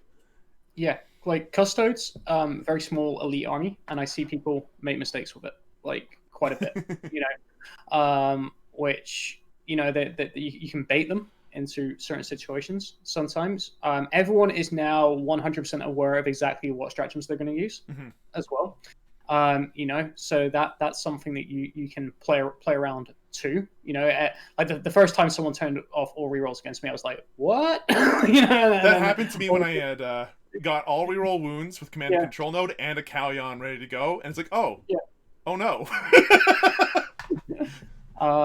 So I think that plays into it a bit. They even though they are probably the toughest army out there in terms of defensive wise, they do require a lot of skill to pilot. I think you hit the nail on the head there. AdMech, I expect to be a bit higher. Some of the stuff they can pull with 2-up Pinball Priests right now is ridiculous. Yeah. The tricks that they can do with the dogs, fall back as soon as you charge them and stuff like that. But I think people again are getting wise to these sort of things and a bit more comfortable and sort of confident playing around. Another thing I see AdMech players do in games that I played against them is they do take While We Stand We Fight and they put it on call, and then I kill call because they have this tendency to move him forwards with things, towards the midboard, so he has more of a presence. So I don't know if that plays into it, if it's just a good secondary for them or what normally, but And that's another thing. AdMech tend to have problems with stuff like Bring It Down being extremely strong against them if they bring along the Cataphrons, the chickens, or anything like that. And unless if you're, not bringing that, which, I mean, what? That's a problem. This brings us to the last two on the Imperial side, and these are the ones that are dragging the numbers down a little bit. We've got the Imperial Guard and the Grey Knights. They've both gone 0-5 or 0-3 respectively. They have not won once. Grey Knights, I feel bad for you. You don't have 2 wounds yet, and you're a Psychic Army, so Abhor the Witch immediately just loses you the game. But Imperial Guard here are particularly rough off in terms of secondaries. Correct me if I'm wrong, but because you can stack thin their ranks and bring it down, it's effectively just kill guard equals 30 points. Like it's so strong. And they can't really hold, like, they don't have any invuln saves on their tanks despite how relatively cost effective they are. They don't have anything going for them in terms of their infantry really either. They have like plasma spam, but that's expensive-ish for a T3 5-up save or 4-up save model if it's a Scion. I think that Imperial Guard have tools, but they're in a rough spot because of the secondaries, mostly. I think that they would be better off otherwise, but here we are. What do you guys think? I think definitely no surprise that Imperial Guard solo are not doing very well. I think Imperial Guard souped in with other Imperial armies is actually pretty decent because their artillery is insanely powerful. And if that's all you're bringing in, and you can bring in a front line that plays the objectives a little bit better and doesn't give up those secondary points as hard, I do think Imperial Guard have some play. Grey Knights obviously can't do that. No. But I wanted to touch on Custodes and AdMech a little bit. Yeah, go for it. Sorry. Yeah, actually really interesting. Adeptus Mechanicus for a while, at least in the events on my channel or on my server, had I think they were tied with Harlequins for the highest win rate, but they were they're represented so much less than Harlequins are. Yeah. So I think it is definitely a play skill. It's emblematic of play skill there. The players who are playing Adeptus Mechanicus are really, really, really good at it, and they're able to use those the AdMech tools to convert their game super highly. Some of the stuff that's really powerful in Adeptus Mechanicus specifically are the cavalry, obviously Cerberus Raiders. Yeah. And one thing that they can do is, if they win that roll to go first, it's not like they're advantaged in the game. A lot of times they just immediately win. They're so good at locking you into your deployment zone and hammering you with shooting for the rest of the game. And those models are just so difficult to get through. It's so many wounds you have to kill. Each one of those dogs is like 3 wounds. 3 wounds. Yeah, and you can't charge them. Like, they're so weird. Like, they're tougher than a regular old Space Marine bike used to be. Like, yeah. So ridiculous. Depending on the matchup, like sometimes they simply just win on primary objectives as soon as they win that roll to go first, and then they can also play out their other matchups just fine. I think one of the reasons that Custodes don't look as good as it seems like they should is that they're extremely mission dependent. If you have a mission that's more centrally located, something like a scouring, or I think a sweep and clear is probably okay for them, where you can concentrate a lot of the objectives together. Custodes become like this unstoppable maelstrom that just pushes directly through your army. But if you play like a Scorched Earth, one of the more spread out objectives, Custodes have a much tougher time winning those missions. And so in addition to it being a relatively difficult faction to play, also sometimes you just get a bad draw, and Custodes can't really fight their way out. But I mean, that said, like, oh boy, are they? They hit so hard. So good. Yeah. So sometimes the matchup is your opponent is nothing but AP2 weapons, and you have nothing but Terminators, and you're like, sorry, buddy, you're gonna have a bad time. Yeah, it's definitely one of those armies that, like, if you're up against. And it's also like matchup dependent. Most armies are, but if Custodes are up against like the wrong army, it can be a little bit tough just in general. But if you're up against most armies, you tend to have a decent matchup because you want to be stuck in melee. You're extremely tough and hard to kill. It works out really, really well for them. Let's move on to Space Marines. Space Marines here, like, no surprise. There's lots of games for them, and there seems to have been a draw. But overall, they've had just a little bit under 60 games, and they've had a 50-50 win rate. Weird. And I'm looking specifically at the Space Wolves here. Oh no. So Raven Guard, there are none. No one's playing Raven Guard. Iron Hands, Blood Angels, White Scars, and Dark Angels and Black Templars have all. Oh, sorry. Scratch that last one. All the previous ones I just mentioned have all broke about 50-50. So 4-4, 3-2, 1-1, and well, 7.5 out of 7.5. That must have been a draw. So at this point, there's a lot of 50-50s, and then Salamanders are 6-2. Currently in Alpha League, the Blood Angels don't have their supplement yet, so they're 3-2, and they're like, okay, makes sense to me. Otherwise, they kind of play themselves. The thing that stands out the most, and I do mean the most, is the 6-13. Won 6 times, lost 13 times. Space Wolves. It's a Thunderwolf Cavalry, man. I'm telling you. Yeah, no, it's definitely one of those things that seems like it's definitely a Thunderwolf. Like maybe it's because it was super vaunted and people really wanted the Thunderwolf Cavalry to be a thing. There we go, 32-31. No more 0.5s. But on top of that, is it like that is such a staggeringly large differential for an army that should be like that has been seen as just incredibly strong all the time. What? Excuse me, what's going on? Like Salamanders, okay, fine, they're good. I'm not sure how they're beating White Scars right now, but they're good. What are Space Wolves doing? What are some things that you, if you're playing Space Wolves, and Trevi, you currently are, what are some things for Space Wolf players to keep in mind while they're playing? Like, if there's anybody watching this right now, listening to this right now, and they're playing Space Wolves and they're having a hard time in Alpha League, what kind of things should you be looking for to start getting wins out of those beautiful Viking people? Just play nothing but Dreadnoughts and lock in Warrior Pride every game. Like, it's I mean, I'm only a couple games into Space Wolf so far, and really, like, all the Space Wolf players lambasting me after I made a video talking about how terrible Thunderwolf Cavalry are sort of convinced me to play them. But Space Wolf Dreadnought heavy lists feel ridiculously powerful.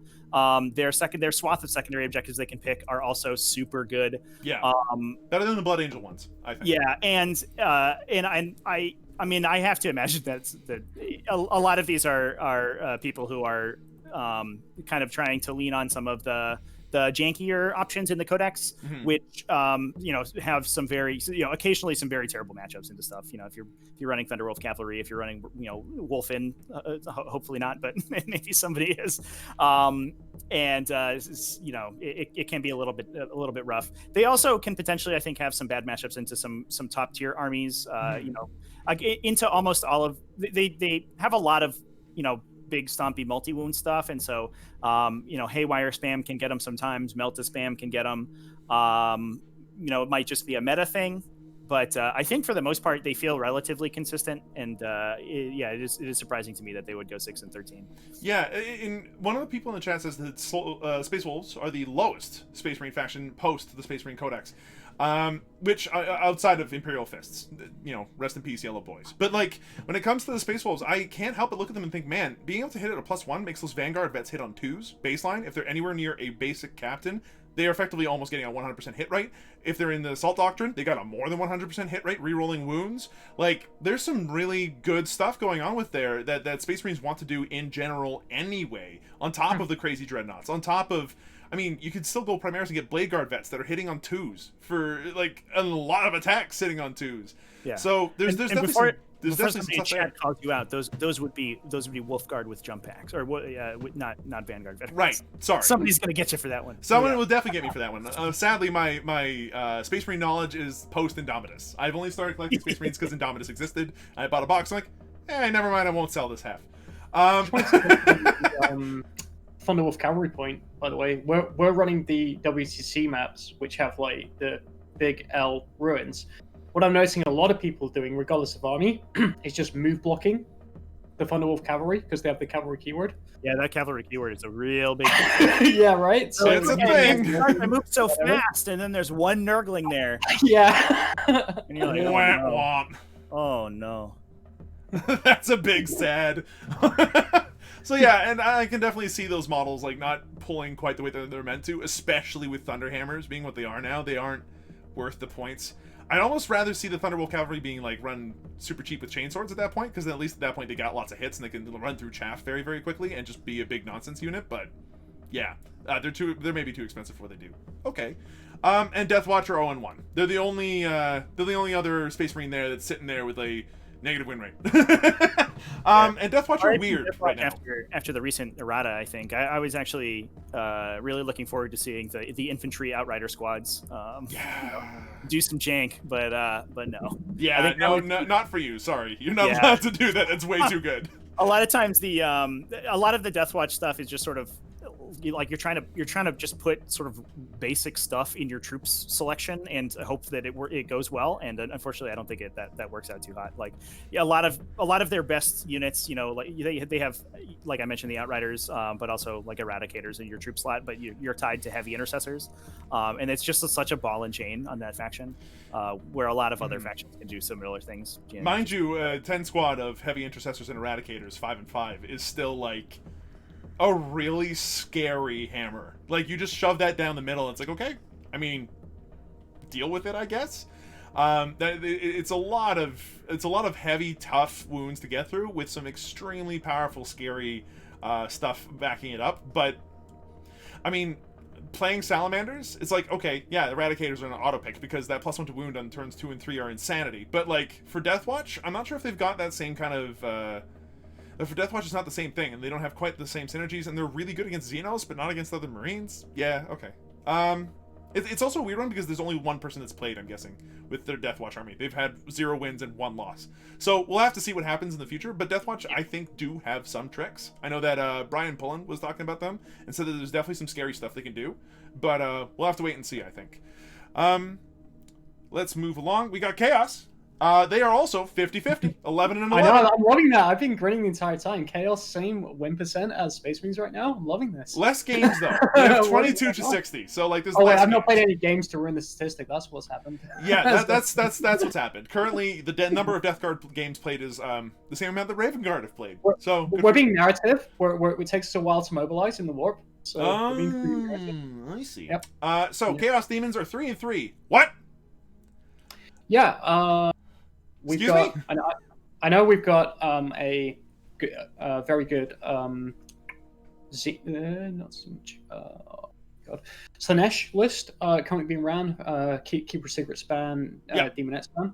I know we've got a couple of other interesting lots of little demon lists, and I think we've got a couple of clones of the GC winning list as well dotted around. They're difficult to pilot. Like there are matchups that you just really, really struggle against unless you're a seasoned veteran with the army. Like, in order to know those sort of matchups, and they can be really difficult. Also, we're kind of seeing like the big blobs are like Demonettes.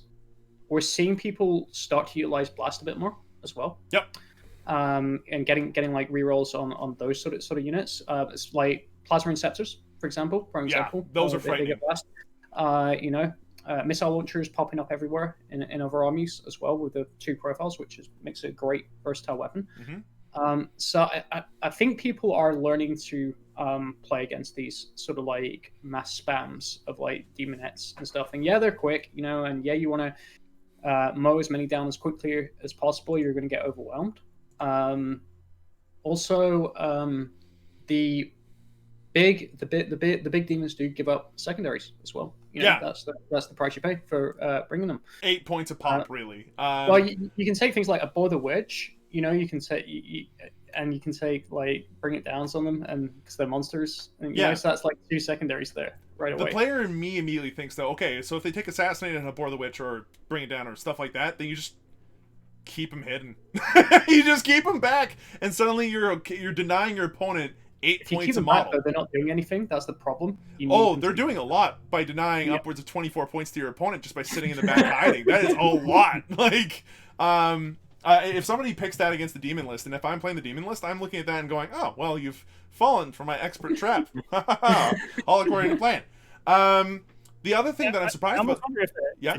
If demons lists suffer a little bit from where they should be, just because like Harlequins and Sisters are so good right now. Yeah. A lot of people are teching to kill toughness 3 stuff, and the demon horde lists are like, oh no. Yeah. Even though, those lists, I think they have what it takes to compete, like with the big names.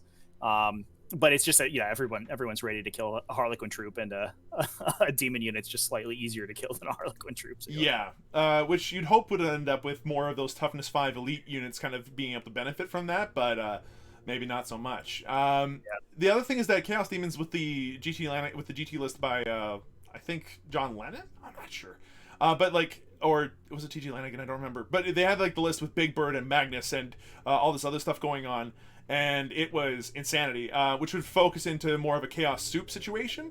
And Chaos Soup is 7-4. I have to wonder how much of that is because A, Nurglings exist, B, Big Bird exists, and C, the combination of those two things, really. C1 and 2. Because that's what's been pulling the majority of the weight for Chaos. Chaos Space Marines by themselves are 1 and 2. Unsurprisingly, Chaos Space Marines as a mono faction are kind of poorly right now. Thousand Suns as a mono faction are really, really rough. They don't have very much to do at all. And you haven't played any of your games. Yeah, However, one of the two pure Death Guard players that we have. Yep. So I'll run this assistant next week, guys. Don't worry about it. I won't disappoint. But yeah, no, the Chaos Soup is doing particularly well because of Nurglings being able to be spammed with anything. Like, I think any Chaos list can work if it has Nurglings. It is currently the rule of thumb. If you have Nurglings in your Chaos list, you're probably okay. You're in a better spot. And then that brings us to the Xenos and the Eldar at the very bottom, where you belong. So the Xenos is currently sitting at half and half, and that's 0 thanks to Tau. Orcs are 50-50. Tau are 2 and 4. Unsurprisingly, if I was a part of that, that'd be probably like 2 and 7. Necrons are 12 and 16. Lots of people playing Necrons. We know that's the most popular faction in the league at the moment. Yeah, we looked at that last week. Yeah, they're the most popular faction in the league at the moment, but they aren't exactly winning all their games, showing that Necrons are a deep and particularly difficult list to pilot, maybe, compared to what people initially thought. Hivemind are currently sitting at 1 and 3. Ouchies, but Tyranids, raw Tyranids, are at 15 to 8 in terms of win to loss ratio. That's a surprising number to me. What do you think about that one, Trevi? Yeah, that's surprising to me as well. I mean, like I mentioned before, I think they are very much sort of middle of the road. But I mean, I don't. Tyranids, if they have a decent matchup and they go first, like they're just going to kill you with Hiveguard, and you lose. Kill you with Hiveguard, over on all the objectives. Yeah. But if you go first into Tyranids, a lot of times you can set the line of battle sort of so deep forward that they have a tough time fighting back through. Mm-hmm. Yeah, I mean, I'm interested to see what in particular is doing well. But it looks like, I think, versus some top tier stuff against Space Marines in general, I think Tyranids actually do have a pretty decent matchup because Space Marines aren't necessarily that fast, and a lot of Tyranid guns really line up well against them. Like, you got a lot of strength 8, you got a lot of high AP. And it looks like Hiveguard are both. Yeah, really it looks good. like there's sort of a maybe an above average number of Space Marines being represented right now.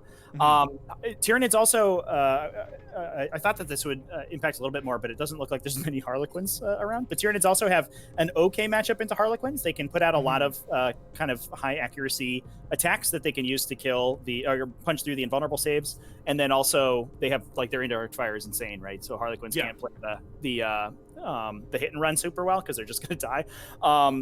So I mean, if the entire metagame is Space Marines and Harlequins, I can definitely see Tyranids doing pretty well for sure. But there's some other stuff that's gonna punch him down. Yeah, really interesting to see Tyranids doing so well. I'd be interested to look at the lists in a little bit more detail. Yeah, me too.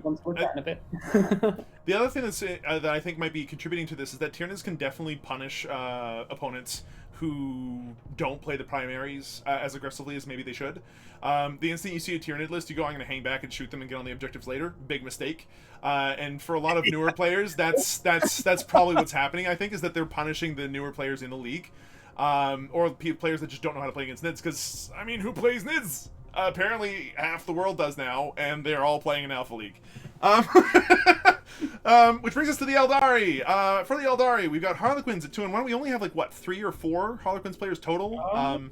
Like, they have a very small number of Harlequin players, but I mean, but it's really low. Yeah. Something that surprised me, actually, but I think we kind of discussed why, and I think it's because a lot of people are kind of like wise to what Harlequins can do, now.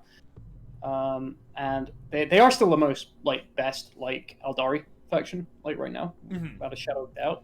Well, like, I think the rule of thumb for this faction, this whole meta faction, is that if you have Harlequins in your list, you'll do better. And if you have Harlequins and none of the other Eldar, you'll do best. Like, there are some new lists that are popping up with Craft Worlds helping and supporting the Harlequins, allowing them to kind of pick their engagements a bit more, add some shooting power. And I think that Dark Eldar have some interesting play with them. After watching a lot of Scarredcast and hearing Scary talk about Dark Eldar, they're difficult to pilot, but they do have some tools. I think the Harlequin lists that bring in a Ynnari attachment are usually pretty good as well. Yeah. The Incarn just synergizes so well. Yeah. Harlequin list does. You're like, hey, I'll lose a Starweaver on an objective and pile this unit out, and then you finally kill the unit and the Incarn's there. So it's just so difficult to peel them off objective. Oh my god. Mm-hmm. And the other thing about the Incarn is that he's actually just another big beefy psyker, and he hits like a truck. So it's not actually just not a bad model in general either. It's got a lot of jank. And so a good player can make some sweet moves out of it. I love that model. It's just a shame that the current hitbox for it in TTS is apparently really wonk. And one thing that the chat said, back to Xenos for a half second, Rattle Kira mentioned that we are probably missing something. What if theoretically Nids were good? Yeah. What if theoretically they were good? And that kind of brings up all of our win rates. Like, honestly, it's 50-50 for almost everybody. All the different super factions seem to be breaking straight down the middle. The only one that's doing, like, it's individual factions within them that seem to be pulling their weight. And currently the weight pullers overall, for the Imperium or Systems Battle in the soup, for Space Marines, it's not Space Wolves. For Chaos, it's Chaos Soup. For the Xenos, Tyranids are pulling up the Necrons by their bootstraps, and Tau, the poorer things. I'm with you. And then Eldar, it's like straight down the middle because there aren't a whole lot of Eldar players. Because go figure, they're hard to play and intimidating to play. And the one thing to add. Yeah, go for it. The Jakari statistic we got there is 100% better than the whole of last season of Alpha. Hey! Joko mentions that he's honestly quite surprised by the Necron win rates. And to be fair, I did a lot of talking at that point. Was there anything in particular about the Necrons that you guys think would make them like have a win rate like this? Is it because they are new and people haven't learned how to play them yet? Is it because they're difficult to play?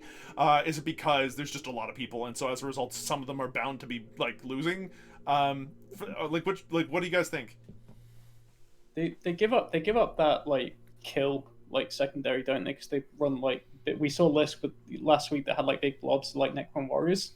Yeah, there's a Silver Tide list that has Necron Warriors, Chronomancers, Scarabs backing them up, and they have Relentlessly Expansionist with the in the ranks. So whatever the like GT like equivalent is. So definitely giving that up.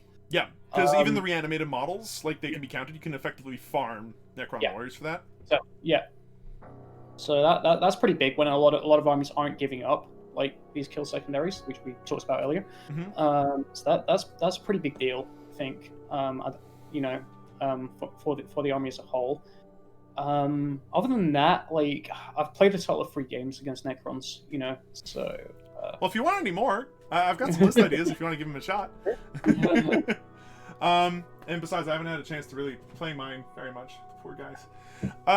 Okay. Well, that's all the win rates that we got for this one right now. But then the question is, how about individual lists? Do we want to go through a list review? Yeah, we pick 5 lists. We do this every week. We pick 5 lists at random. Oh, by the way, guys, almost at random. Next week, I forgot to announce this earlier. We didn't want to do like particular like pods like analysis like this week because it's only week 1. So we'll start getting into that more as time goes on and we have more of an understanding of where lists are in various pods and that sort of thing. So that will come. But for now, we're just going to pick like random lists and look. Yeah. So for our first list, I'm going to go ahead and paste the links in the chat so you guys can follow along and read them for yourselves as well. But for our first list, this one's by Creeper221. He's in the second pod, currently in Group 5. League 2, Group 5, and they've won 2 of their games. You guys are going to currently see my chat for a second there. There we go. So, at this point, there's your link. Go ahead and check that out. I'm going to go ahead and pop that into a completely different spot. There we go. You should still be seeing... Perfect, the list. So let's take a look at this list. This first list is an Imperial Knights detachment with Custodian Guard backing it up. So it's a okay. All right. So it's Knights and Guard. It's Knights and Adeptus Custodes. Interesting. So to start things off, this is a super heavy detachment. It has it's gone for House Griffith, Questor Imperialis. Odd. Usually, well, for me anyway, I think that the Adeptus Mechanicus houses are maybe a bit better, but that's just me. They have 2 Armiger Warglaives with heavy stubbers, and a Questoris Knight that's a Freeblade, has a Siege Claw and Twin Red Cleanser. And it's got random burdens and random qualities, so they roll randomly on those all the time, which is a bit crazy. And then a patrol detachment of Dreadhost Adeptus Custodes. There's a Shield Captain, who's got Captain Commander, Sentinel Blade, Storm Shield, and Strategic Mastermind, so they're practically impossible to kill and give you your CP back. You have 3 squads of Custodian Guard, each with spears, 2 spears and a Storm Shield. And then you have a full squad of Aquilons, Aquilon Custodians, which are just absolute rip and tear kind of units. I love them. They go in and your opponent has to deal with them or die. They have a Contemptor Gladius Dreadnought, that's an Eternal Penitent, so as a result, it gets some extra bonuses that way, although I don't remember them off the top of my head, and a Grav Attack Tank to move around and zip around and occasionally put out some damage. This comes up to 1999 points. What do you guys think about this list? Shocked by the absence of a Vexilla in this list. Yeah! Seriously. Yeah, so it looks like. I mean, it looks to me like I guess the Terminators are just deploying on the table, and we're gonna let them shoot their Stormbolters and run them up, and I guess use the defensive stratagems to keep them going. Yep. But that's really interesting to me. Obviously, the Terminator is relatively slow, so it must be that the Knights are able to create enough, space that they can move up kind of unmolested. But the House Griffith is, I think, an interesting pick as well. It makes the Knights a lot more aggressive in melee than you would normally expect a Knights detachment to be. A lot of times you're like, oh, okay, these guys are going to shoot, and then they're going to step on me later. But the House Griffith, very aggressive. It makes the Warglaives particularly dangerous, I think, for their points. Yeah, it's like a 20% increase in their damage, right? For his +1 attack for those. With those pretty terrifying Chainsword. Yeah, the gigantic Chainglaives can do a lot of work there. There are a couple of weaknesses, though. Like you mentioned, there's no Vexilla. So no -1 to hit, which makes the entire Custody section maybe a little bit more difficult to deal with. And then the other thing that immediately springs out to me is that by including the Knights, you've not only made your elite army even more elite by having less Custodian Guard bodies on the floor, but on top of that, you've instantly given up Titan Slayer for 10 points. Like, that's there. And that's something that it's a bit of a gatekeeper lists kind of situation at this point. It's a bit skewed in that if you can't deal with Questoris Knight, you're going to lose. But most lists can, and that's 10 points right there. Chad is pointing out to me that it is a Dreadhost detachment for for the Custodes. In my head, every Custodes detachment is Shadowkeepers, but I guess it makes a little bit more sense that they're Dreadhost to get the buff out of Deep Strike. It is still 3d6 drop to lowest on a 9-inch charge. It's like, is that what we're gonna hit? With a CP reroll, it can get pretty good, but it's not exactly like. I mean, that's still only like a 60%, right? Okay. It's a bit spooky, but even if they drop down, right, and they sit themselves out in the open. Played properly, I think that they're still really durable, but again, there's no Vexilla to back them up. So the -1 to hit to make them even that bit more durable is gone. It's not as important anymore with dense terrain being a thing, but that -1 to hit can be a big deal. Okay, I can see how this works. And the other thing is a lot of this is just tough, right? You got the Galactus Dreadnought, which is practically a knight on its own, with how durable that thing can be sometimes. And it's a decent list, but I think that it's definitely going to struggle against the lists that are going to be good against this. If you kite the Custodians around all game long, deal with the 2 big Knights, then what have you got? If you get rid of the Galactus Dreadnought and the Knight, you got 3 squads of Custodian Guard and 2 Warglaives, which go down relatively easy by comparison. I see this as one of those lists that's so elite that any loss, and losses can happen, is such a huge blow that if your opponent has a good first turn, you're out of it already. What I love about this, though, is that the detachment of Knights actually deals with one of the Custode's biggest weaknesses, and that's speed, unless you're running Custode bikes. So I can see where he's going with this, with the Armiger Warblades. I think it's really quirky. What he's sort of done here, trying to cover the weakness of one faction by swooping in something else to cover it. Terminator starting on the board, interesting.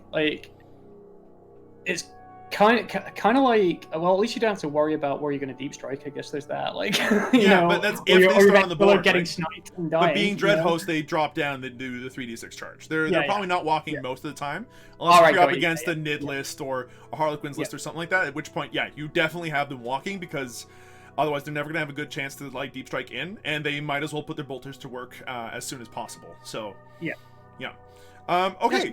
What do you think about the inclusion of the Guardian Spear Custodians over Sagittarum? I mean, obviously, I think they're in there for the Storm Shield, so that the units are a little more difficult to remove.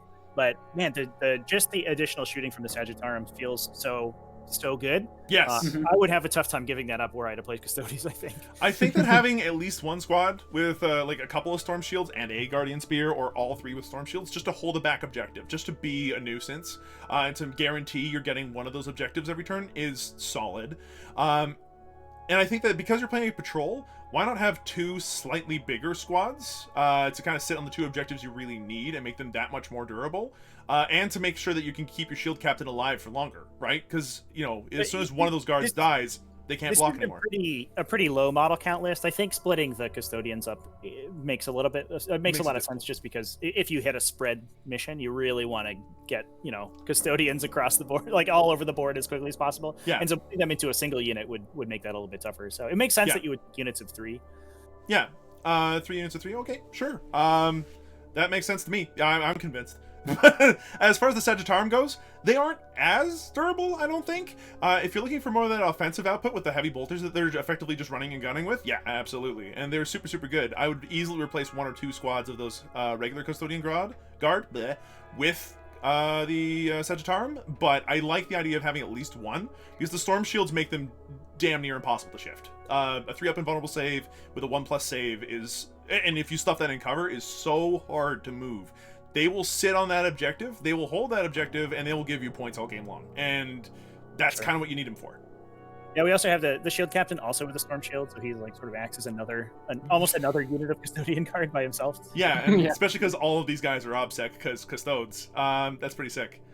Unless if that's like you have to have all your guys be Adeptus Custodes to have it No, work. just it has to be a Custodes detachment to get the +1 and bonus save.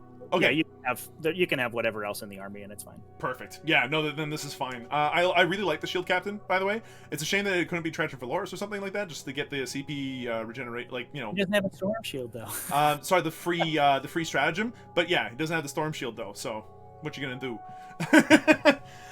Okay, next up, completely different list is Orcs. I'm gonna go ahead and paste the link for you guys in the chat. Creeper says that the Shieldmaster is the guy that babysits the objective in the back. Very, very spicy, putting just one character hiding in the back to hold an objective, but you do you, pal. So this list is brought to us, it's Orcs, brought to you by Joko. He's in League 1, Group 1. He's currently 3-0 with this list. Wow. And let's quickly... That's aggressive for Orcs. Yeah, as aggressive Orcs. So, fantastic. There's a battalion detachment of Orcs that's 1,600 points. They got extra gubbins already going for it, and yeah, at this point things get a little bit nuts. There's a Deathkiller Wartrike already. It's got a Snagger Claw, a bunch of boomsticks, and then the Warboss of Warbike, who is just insane when he's the biggest boss, which he is. That thing is an absolute menace. You got one squad of boys, just 10 boys as they are, and then 2 squads of 10 Gretchen, a big squad of Mega Knobs, and then in Fast Attack you got Booster Blasters, Scrapjets, and Dragsters all along the entire Fast Attack slot. Heavy support, you got a Mega Dread. It's got 2 boom bits, a Dread Ripper Claw, and a Kill Cannon. After this, you have a Patrol Detachment that costs you 2 CP, with the Grot Specialist Mob detachment bonus there. You got a Weird Boy with Dejump and Warphead, and, I mean, you can't go wrong with Warpath and Dejump, really. You have 10 more Gretchen, then you have Heavy Support, you got 2 groups of 3 Smasher Guns apiece for the Heavy Support to kind of give you that extra tank punching power. Total 2,000 points. This seems pretty normal for this particular kind of Orc list. Dejump works on non-infantry, correct? Or is that specifically to look at the Mega Knobs and throw them at your point? Because I'm looking at that, I'm like, there's a whole lot of Booster Blasters that don't need it. You have one squad of 10 boys. And put them on objectives. Yeah, you can do that with 10 boys as well. You can like either tag something or with the jump, and then they're OBSEC as well. Mm-hmm. So if they leave like a random character defending like a backfield objective or like a vehicle. Okay, so something. the Joko who wrote this list just chimed in chat. The idea was to throw the Gretchen around the board to hold the objectives, and that's why the jump exists. Yeah. Makes sense. What about Warpath though? Is that just for the Meganobs? Because like they're the only thing I can see that really wants to go. Probably, yeah. Or just to get extra attack on that, boys perhaps, or I mean, extra attacks. You're not gonna say no to it. It's probably more likely he's casting a smite than that. You can just put it on. You could actually just put it on like the scrap jets, right? And then do they have the custom job to fight twice? So they double the. Let's see. Custom job, gyroscopic whirligig is on the shock jump Draxtes. They got the corkscrew on the Mechatrack scrap jets, and then the boosted blasters are just as is. Okay, yeah, I think that's the fight twice. I think it job. is too. So they each got a 5 attacks and then fight again. So essentially 10 attacks. Okay, that's not bad then. Okay, fair enough. I'm used to seeing Warpath on like boys heavy lists, and then at that point, it doesn't seem as good in other lists, like in a list like this. But okay, that makes sense. I can get behind that. I love how it's all death skulls, other than like the patrol as well. Just like rerolls are so like clutch and important, like any like form of dice manipulation, and the fact that you get to do that with hit, wound, and damage is insanity. And it gives a 6-up invulnerable save. Like oh yeah, that 1 in 6 like wound saved is great. Yeah, especially. No, it's a really good funky list. Yeah, I think it's really cool. Mega Dread is I don't think I've ever seen that before. Like, well, it seems like it's a bit of a distraction Carnifex at 175 points with a decent like melee weapon. If that thing runs up at you, it's a little difficult to deal with. Yeah, that kind of goes with the we were talking about when we talked about the secondary objectives, right? Like as soon as you lock into the Orc Buggy archetype, you're like, well, we're giving up Bring It Down, so we might as well just fill out the rest of the It's like, who cares, man? Like, on the table. Yeah, but aren't Orc Dreadnoughts kind of like bad? What's the at least that's the general consensus as far as I know, is that Orc Dreadnoughts like are bad. I think that the Mega Dread specifically got a real nice glow up in IAC, so okay. I think they're doing okay. Okay. And I know for sure the IAC was a big boost to the Warboss and Warbike. Like, that alone is such a strong option out of Forge World. Holy crap. That thing is nasty, especially once you give it the biggest boss. Like, the War Trike and the Warboss and Warbike are both like, oh, okay, there's like arguments for either one. The instant you bring in the biggest boss, Warboss and Warbike wins. End of story. Just beat stick character. He can run in and kill just about anything in melee, and he's so fast, and he's being blocked by all these vehicles, so you can't shoot him before he hits you. Yeah, I really like that. And then the Smasher Guns are just a nice little bit of pitch hit. It's 240 points for stuff that can blow up tanks all day long if you're not careful about it, right? Like, Smasher Guns hurt. They really, really do. And the fact that they go past Transhuman and stuff like that is also nice. So they can deal with Eradicators, they can deal with, I mean, anything that's T5 aggressors or Terminators and stuff like that. It's like, oh, what? Transhuman? I don't care. It's nice. Always buggies in your face, like from turn 1. You're probably not shooting much into the Smasher Guns at the back. That's good. Always got like that sort of like 2-tier sort of style of play where you're like got some form of artillery at the back, and then you've got your big threats up the board. So while you're dealing with all that, you just got Smasher Guns just shooting away like into things. Like, and the shock I forgot about the shock jump Dragstes. Deep strike as well. So great at defending the backfield from deep strikes. And like with the shock jumps that are literally just teleporting around the map all the time, no matter what. With their custom shock rifles, like those shock rifles hurt, dude. And with the with the ability to just do all those rerolls and everything, those things are actually extremely powerful against for anti-tank as well. So I really like this list, despite the fact that it's so vehicle heavy. It's actually really well rounded. And a matter of Space Marines and everything else, it's great to see Orcs being Rio in a group. And the Weird Boy offers a nice little bit of pitch hit for mortal wounds and stuff that you might not immediately get on demand otherwise, which I really, really like. Yeah, no, there's a lot to like about that for sure. This is pretty sick. Joko then adds on that he should have taken a few squads of commandos for actions, which, I mean, makes sense. But what would you take out? The boys and like a squad of, or a couple squads of Gretchen? Maybe, but like that's all they do is like get you to play scramblers and some actions, and they aren't as many bodies as some of those other squads. So maybe not. I don't know. The Gretchen and the orcs already seem like... Commandos are phenomenal. Yeah, commandos are phenomenal for what they do, but... Or one Mega Nub. That's the other thing I just realized I forgot about the Mega Nubs. They, those are good too. Last I checked, they hit really hard. Everything about this list is just threat saturation, pretty much.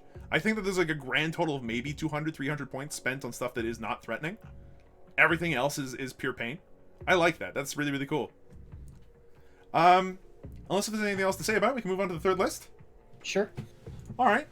Third list. This list is brought to us by someone in Czech. They are currently in League 2, Group 13. They are currently 3-0 with this list as well. So, like, you know, woo! People are doing really well today. There we go. So let's start things off. It's an Adeptus Astartes Salamanders list. Woo! we got more Salamanders. Saying what were you all thinking? Like, yay! The entire submissions I got, like, yeah, exactly. It's like, oh, Salamanders. Oh, that explains so much. Okay, so they got some company veterans to start things off with the Lightning Claw and Storm Shield. Action Monkeys, if I ever saw them, for 54 points. They're extremely efficient for what they do. You have Brayoth Irish Mantle, who's just difficult to deal with. A Librarian with Fire Shield, Null Zone, Drakeskin, which is just really good. Yeah, it's really good. With access to Toma Malkador to be able to pick up the Null Zone aura as well. There's definitely an argument to be made there to potentially go for the 5-up Invulnerable Save aura as well, but Null Zone's really cool because you can just get rid of Invulnerable Saves. It's good. Vulcan Histan, who's just strong with flame weapons and melta weapons and all that stuff too. We've got 1 Incurser squad, 2 Intercessor squads. The Intercessor sergeants have power swords on them, which is great when you can reroll a free wound every time that they attack. In elites, you got 1 squad of Flamestorm aggressors that have what seems to be 3 aggressors total. A Centurion assault squad with flamers each, go figure. 1 Levy Dread with a Melta gun and the Siege Claw and a Cyclonic Melta Lance, which is just a lot of Melta shots. It's pretty good. Primaris Apothecary, the true warlord of every Space Marine faction. A Redemptor Dreadnought with a Heavy Flamer and the Plasma Incinerator. No Icarus Rocket Pod, which tends to pop on for a couple of extra points, but not this time. A Scout Squad. They're apparently not dead yet. And then in heavy support, you got 2 squads of Eradicators. Landspeeder Storm for the Scouts, I assume. And that's your list. So this list is interesting to me because of the fact that they're Centurions. Like, I think if there's anywhere that you're going to play Centurions, it's Salamanders. They're I don't know if you could build a Space Marine chapter that's more like keyed towards playing Centurions than Salamanders are. Yeah, and specifically like flamers on these with 2 flamers, like they're not bad, and they just hit like trucks in combat. The only issue is that because they're not core and they're not Primaris, you can't really support them with many of the stratagems. They're kind of on their own for the most part. In a sense, that's really nice because they can just go off on their own and do their own thing. But because they're so slow, and these ones in particular are so close range, like even if you outflank them for a CP, it is a highly kiteable unit. Like, you do not need to worry about the Centurions assault squads after the turn they drop. You're just like, okay, I'll just stay away from that then. Or because it doesn't have invulnerable save, I'll melt it in the face. I do really like seeing the Leviathan Dreadnought and seeing some of these other like cuts that a lot of people have thought, the Levy Dread's like, you know, kind of mediocre or whatever. But I think this just kind of goes to show that Eradicators work really well too. Like, this entire list is like, okay, that's pretty good. It's pretty good. It's pretty good. And Eradicators, yeah, that's really, really, really good. Yeah, so I mean, it certainly looks like a Salamanders list to me. Like, yeah, like the only thing that's missing are attack bites. Salamander stuff, yeah, yeah, for sure. Yeah, I mean, it has the big heavy like bulwark units that you want in most of your Space Marine lists that you can then dump all of your defensive buffs on. I mean, Salamanders have a ridiculously like powerful selection of defensive buffs, and all of them are included in this list. You got Fire Shield and Librarian. You got Drakeskin for +1 toughness. We're just missing like a Tome of Malkador into Might of Heroes also, or something like that. Might of Heroes or the 5-up invulnerable save instead. Yeah, so that way you yeah. have all these invulnerable saved Space Marines, which just makes them obnoxious to shift. Yeah. Is there an Obsidian Aquila in here somewhere too that I'm missing? I don't think so. No, I didn't see a Smash Captain or anything like that. Everything. Oh no, we have the Primaris Apothecary. We have the Apothecary, so it's fine. Wait. Yeah. Like, why do you need anything else? Yeah. So you have the big dreadnoughts that you can dump those on. You have then also the Centurion Assault Squad that you can Born Protectors, the whatever is in front of them, so they can overwatch for your other stuff. Yep. So even if you have this Redemptor or this Leviathan like leading the way, these Centurions are going to be able to hit you if you try to go into it. You have the Aggressors to do the exact same thing. Yeah, it's the same job at Primaris, which means you can transhuman it. Exactly. It's a bunch of stuff that can advance and shoot its flamers at +1. And a lot of that stuff is not core restricted, so none of the psychic powers are. Obviously, the super doctrine's not, so they're +1 to wound most of the time. Yep. I guess you're only restricted to... you're basically only restricting the rerolls in Crucible of Battle, which the Dreadnoughts are going to benefit from anyway, so that's probably where theirs are going, and the rest of the list is pretty self-sufficient. So, yeah, I mean, this is just like Salamander's good stuff. It's like, let's take a bunch of stuff that's good in Salamanders, put it into a list. Let's just cherry pick some units that get like all of our like really cool broken buffs and let's play them.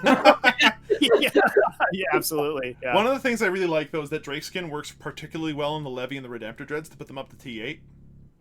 That makes them really nasty to get rid of. That T8 is a magic number. Yeah, as soon as like you go into another Space Marine list, you're like, that's not an Eradicator. This is an Eradicator. Yeah, exactly. Or us, and you kill them on 2s. You're like, get out of here. Not to mention that Levy Dread also has a Melt-A-Gun, so like that Melt-A-Lance. Oh, yeah. Anyway, yeah, no, it's a solid list. There's not much to say about it, I don't think. The only thing that I think that stands out is like particularly weird now that we've explained it all is the Scout Squad and the Landspeeder Storm. It still works, but it's just one of those units that doesn't. I mean, I can think of maybe a better use for the 125 points for myself anyway, for my own playstyle, and it's maybe another squad of aggressors. Well, it's all stuff that's very quick. I mean, forward deployment is really, really powerful. That's why we see an Incursor squad in the troops slot as well. I'm actually surprised that it's not just 3 Incursor squads instead of the Incursor squads. We got the Scouts in there to shore it up. So the Scouts you can throw them away because they're not too expensive. Like you can use them to movement block. You can use them to screen out other concealed position deployments, and you can use them, they can drop banners on mid-board objectives. They can do all that stuff. And the Landspeeder Storm, honestly, I would be surprised if the Landspeeder Storm actually has the Scouts embark in it that often. Really? A lot of times it's just, I mean, it's so fast. I think it's 18-inch move. It's Something just, like it's super good to, run behind a line of sight blocker somewhere in the flank and just score you 2 points on engage in all fronts every turn. Like it can run up and contest objectives. It can engage random stuff. It's just a really useful like tech piece to have. And for 50 points, you're just like, all right, I'll just take one, I guess. Like what else could you take in that slot? Like 1 attack bike, I guess, that would be okay. But it's just, there's 1 just or 2 a attack solid bikes. unit. Yeah, and I think that would be worth it at that point because the ability to just like run around, get engaged on all fronts, or the melt is on them, just really, really hurt. I guess at that point it's kind of like player preference. That makes sense to me. I personally am never thrilled if I have to pay 70 points for 5 wounds. At least if I'm playing Tau, I can do that for 45 points instead. So I can understand that you can forward deploy, and that's all well and good, but they are extremely easy to get rid of now, and they are maybe a bit expensive for what they do outside of that, potentially. I would not... I see that the Landspeeder Storm is really fast. I think what happens is that the Scout Squad actually deploys in there, and then it zips around the battlefield standing on an objective, and if the Landspeeder Storm gets blown up, then you just have a squad of Scouts that just kind of sit on it and go, okay, now what? That's also something you can do for sure. Yeah. Okay. Well, there's not much else to this list. It's good. It's Salamander's good stuff. Our next list, is brought to us by, and there's a link for you folks. Our next list is brought to us by Garlem. He's in League 2, Group 16. He's currently gone 2-0. Or they've gone currently 2-0. I don't want to assume anything. And they are sitting here with a brigade detachment. What? It's Hive Fleet Kronos. It's Tyranids. Let's go. Let's go. So it's Hive Fleet Kronos. It takes up the entire list here. So wow, what a brigade. We've got 2 Hive Tyrants, the Neurothrope and the Swarm Lord. The Hive Tyrants have Monster Scything Talons, Psychic Scream, they have Paroxysm, they got wings, they got Murderous Size. They're big, screaming, angry Hive Tyrants. You got your Neurothrope. The Neurothrope is currently sitting there with Smite, Symbiostorm, or the Resonance Barb to make sure that goes off, and then Swarm Lord with Catalyst and the ability to just kind of end Onslaught just to make sure that people run up the battlefield as fast as possible and do their thing. Troops, look, we got 2 squads of Ripper Swarms, and then we got 4 squads of 10 Termagants. That's the brigade filled up very quickly. We have 6 Hive Guard, Pretty standard. We got a Lictor there for the extra deploy scramblers flexibility and other action monkey things. We have 3 Venom Thropes instead of 1 Malanthrope to be able to get them -1 to hit, I'm assuming. We got squads of Spore Mines, 9 of them total, 3 squads of 3. And then for the heavy support, we got 1 squad of 1 Biovore, and then 2 Exocrines. That's your 1998 points of Chronos. And Trevi, this seems interesting to me. Just because of the fact that you've got like a really cheap brigade here. There's a lot of stuff. It's the shooting in particular that frightens me, and the fact that you've got a bunch of screaming Hive Tyrants running at you. 3 of them, really, if you include the Swarm Lord. Yeah, this is after my own heart. Hive Tyrants are my favorite model and unit in the entire game. So any excuse I can muster to run 3 or 4 of them is immediately I'm going to jump on. So I love this list. The Smashy Hive Tyrants are really cool. The big downside of those guys, that's the 4 Scything Talons with Murderous Eyes. Like they hit like a Mack truck, assuming you don't have an invulnerable save. It's only 5 attacks, but they're strength 7, usually full rerolls to hit and wound. Like hitting on 2s, usually wounding on 3s or 4s with full rerolls, and then 4 flat damage at AP 4. So if you're not behind an invulnerable save, like those things will just start sandpapering your army to death.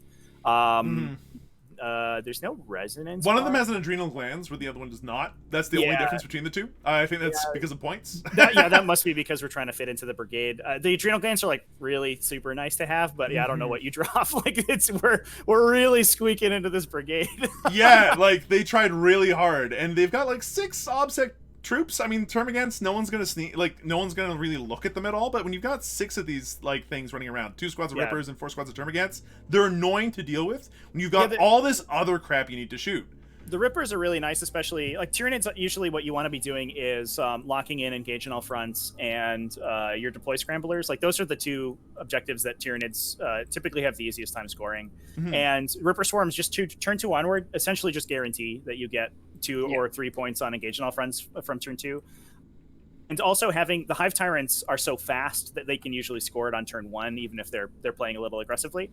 If you have not played against a Smashy Hive Tyrant with the Swarm Lord in the list, like, people in chat, just be aware, like, these things are hyper lethal and have probably one of the longest melee threat ranges in the game.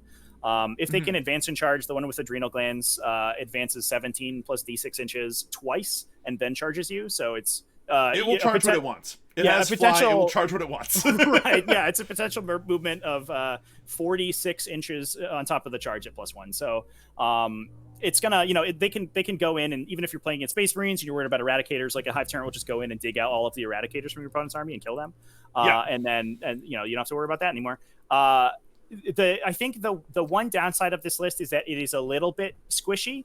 The Venom Thropes certainly help. The Exocrines are toughness 8, so that's nice.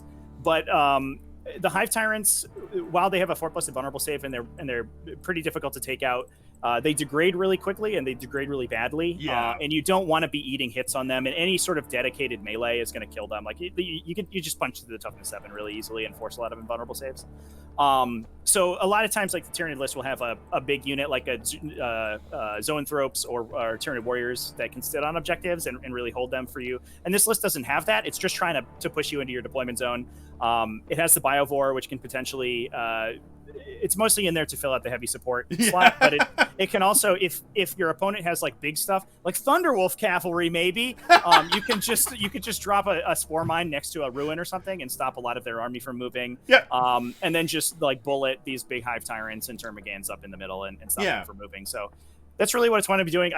This list is really cool. It seems like it could be a little inconsistent if your opponent just like goes first and also has the ace in the hole for the Hive Tyrants. Like you're just probably gonna die, but like, man, are you gonna go out in a blaze of glory like throwing Hive Tyrants 70 inches across the table? And it's worth mentioning, it's not just those 2 Hive Tyrants. It's like, again, it's 3 Hive Tyrants. One of them's a Swarm Lord. He also hits like a Mack truck, and then you've got 2 Exocrines shooting you in the back on top of a squad of Hive Guard that's double shooting every turn, and you have to deal with all that while they're scoring a bunch of points with, a bunch of, like, the Lictor doing its thing, a bunch of Termagants, which you have to deal with, but it's 50 points. You don't want to shoot at those things, but you have to because they're on the primaries. They can double stack on the primaries, so even getting rid of 1 squad of Termagants is not going to get rid of all of the Termagants on an objective. it's a lot of threat saturation with it, with a lot of very cheap, effective board holding in the back because it's all MSU. I actually really like how flexible this list looks to me. The only thing I look at that I'm like, okay about, is I get it. Hiveguard are real good. Drop one so that you don't get impacted by Plasma Inceptors quite as badly. Like, they're probably going to die anyway if Plasma Inceptors get in there, but giving them the blast to guarantee it is maybe not needed. The only Plasma Inceptors you're really worried about are like Raven Guard that go first. And I mean, honestly, if you're going second against Raven Guard, like most of the time you've just lost anyway. So like, why even worry about it? And apparently there's not that many Raven Guard in this metagame anyway, so it doesn't really matter. Like if there's one thing the Tyranid list can do, it's like screen Deep Strikes really well. You have 9 Spore Mines, which are just like random toughness 1 idiots that are just going to sit in your backline. They don't really move at all, but they will just screen out your entire deployment zone. Yeah. So you don't even have to really think about that. Like, you have that one Biobore who can stand down there. You have all these Termagants that you can metabolic overdrive around the place. Like, it's fine. I think you'll be okay. And typically. There is an argument to be made for units of 5 Hiveguard, especially so that they don't get hammered by the new coherency rules. Yeah. But the 6 is just so much more damage. You have the amount of sort of force multiplication that you can dump onto shooting units and Tyranids is pretty impressive. And so you just want that unit to be hit as hard as possible. So like the Symbiostorm works better on it, so the double shoot works better on it, so that your rerolls work better on it. You know, you want that unit to be functioning at its highest level for as long as possible. So I think the 6 Hiveguard is usually a pretty good pick. Okay. I also, big shout out to the Venom Thropes. A lot of people are like, oh no, just take a Neurothrope. Those people are wrong. Venom Thropes are amazing. They're so good. So what's the difference between, when it comes to Venom Thropes versus a Malanthrope, right? Which I think is the main comparison, because they both give a -1 to hit. One, obviously one's Forge World, so it's just like, okay, expensive. The second thing, though, and because this is online, no one cares. Like, you can play whatever you want, so that first one's a bit moot now that I think about it. But, like, the Venom Thropes are different. I think you need all 3 of them to get the -1 or something like that. Why do you like the Venom Thropes here? Yeah, so how they work is both of them project a 6-inch aura of -1 to be hit. The Venom Thropes do not affect monsters if they're below 3 models. So as soon as you lose one, it only affects Termagants and Hiveguard, which is usually fine. The reason that the Venom Thropes are better, they're 50 points less, so they're 50% less expensive. They also don't take up an HQ slot, which are, especially in a list bringing Hive Tyrants, like, oh boy, are they in contention. But also their aura is a lot bigger. They're both 6 inches, but a Malanthrope is just one model, and the Venom Thropes can spread out. They're 45 millimeter bases. So that is about 4.5 inches of base width, and then they can spread out an additional 4 inches in that. So the amount of coverage that they have is almost like twice as big as a. Okay. And that's especially important if you want to like catch a Termagant from a unit to get that unit -1 to be hit. You can catch the back of an Exocrine or something like that, and your army ends up just being able to spread out a little bit better. Yeah, and nobody really wants to be shooting those right now anyway, because of the fact that you have all these other things that you need to shoot. They also, importantly, are infantry that don't do anything, so they deploy scramblers on turn 1, and your army the rest of your army can advance. You don't have to worry about it. It's just nice to have them. They also do more damage randomly. They're altogether, they have 6 attacks. They're only strength 4, but they have full rerolls to wound for D3 damage. And they can also shoot with that same profile into melee. So if you go up to engage stuff, they can sort of supplement the smites that your list is putting out to clear out your Hiveguard if they get engaged in melee. Yeah, Venom Thropes are actually just ridiculous. Wow, that's actually not bad. That's a decent, that's a very reasonable pitch hitter too. Like if something gets attacked your Exocrine, they can come in and be like, hey, we're helping. Yeah, we're here too. Look at us. Yeah, I mean, it's not good. They're only weapon skill, ballistic skill 4, but it's an additional 12 attacks you can throw at something if you need to. Exactly. Like, they're not going to do it on their own. They're like a defense. If anything, you probably have other things that can pitch hit a little bit better at that point. You probably have a Swarm Lord or a Hive Tyrant still back there. And that's the last line if the smites don't get there. Yeah, exactly. And there's a lot of smites. I got these guys. Yeah, I got these guys in the chamber. Yeah, if you're running a single Hive Fleet list and you have points for it, I definitely try to put Venom Thropes in. Yeah. And especially right now that counter battery is not super not a lot of people are taking indirect fire. Yeah. So the big downside of Venom Throps is that they're not characters, so you can shoot them. But if nobody's taking indirect fire, that doesn't matter. They're just behind a ruin, and Yeah, whatever, exactly. Like the people that are taking indirect fire are like probably trying to shoot literally anything else at this point. Like they're trying to get rid of the Hive Guard first and foremost. Yeah, and you because have to punch through all 9 wounds of them in order to get the -1 to hit off the Hive Guard. And so, like, sometimes, especially since you can, the Venom Thropes can chain so far backwards, like you could just make it so difficult for them to be able to put like a meaningful number of attacks. Mm-hmm. And they look sick. And they're cool as hell. Yeah, so, I really like Venom Thropes. Okay, and then this one was a hand-picked list, not randomly picked, but a hand-picked list. Oh, we missed this one last week. So. By Arrowver. Apparently, this was missed last week. We had to have a chaos list in. So and so it's Dark Angels. Yes. Haha. What an original joke! Oh man, I never heard that one before. But this one's brought to you by Raulo, and they have gone 0-2, which is, I'm sure, the reason why Arrowverse brought this onto the stream today. Actually, surprised me. I didn't look that up to begin with. Sorry, they're 0-1. Group 6 0-1. They have lost. They have not yet won. I'm positive that's why Arrowver brought this on, so that we could go ahead and laugh at Space Marines. With that said, though, let's take a look at this list and see if there's maybe something to analyze as to why they probably lost their first run, and if there's any particularly key weaknesses in a list like this one. So, it's a battalion detachment. It takes up the full 2,000 points and has 8 CP because they spend the other 4. 2 of it, at least, on extra relics. And let's take a look. So, with no Force Organization slot, we got a Deathwing Ancient. With Rites of War, so the OBSEC. You got a Deathwing Champion, which is, I mean, always great.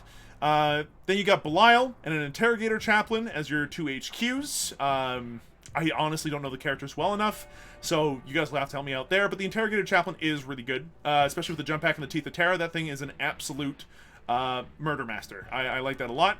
Troops-wise, we got 3 tactical squads. Deathwing Captain who can give full rerolls to Deathwing guys. Yeah, that's sick. So you got 3 tactical squads for, however many points. One of them even has an extra 5 points because of a power axe. Elites-wise, we got a Deathwing Command Squad, Great Action Monkeys, and then another Deathwing Command Squad with more of them. Then you have Deathwing Knights, 5 of them, with Watcher in the Dark, and then a Deathwing Terminator Squad, just as is. They got Stormbolters and Chain Fists.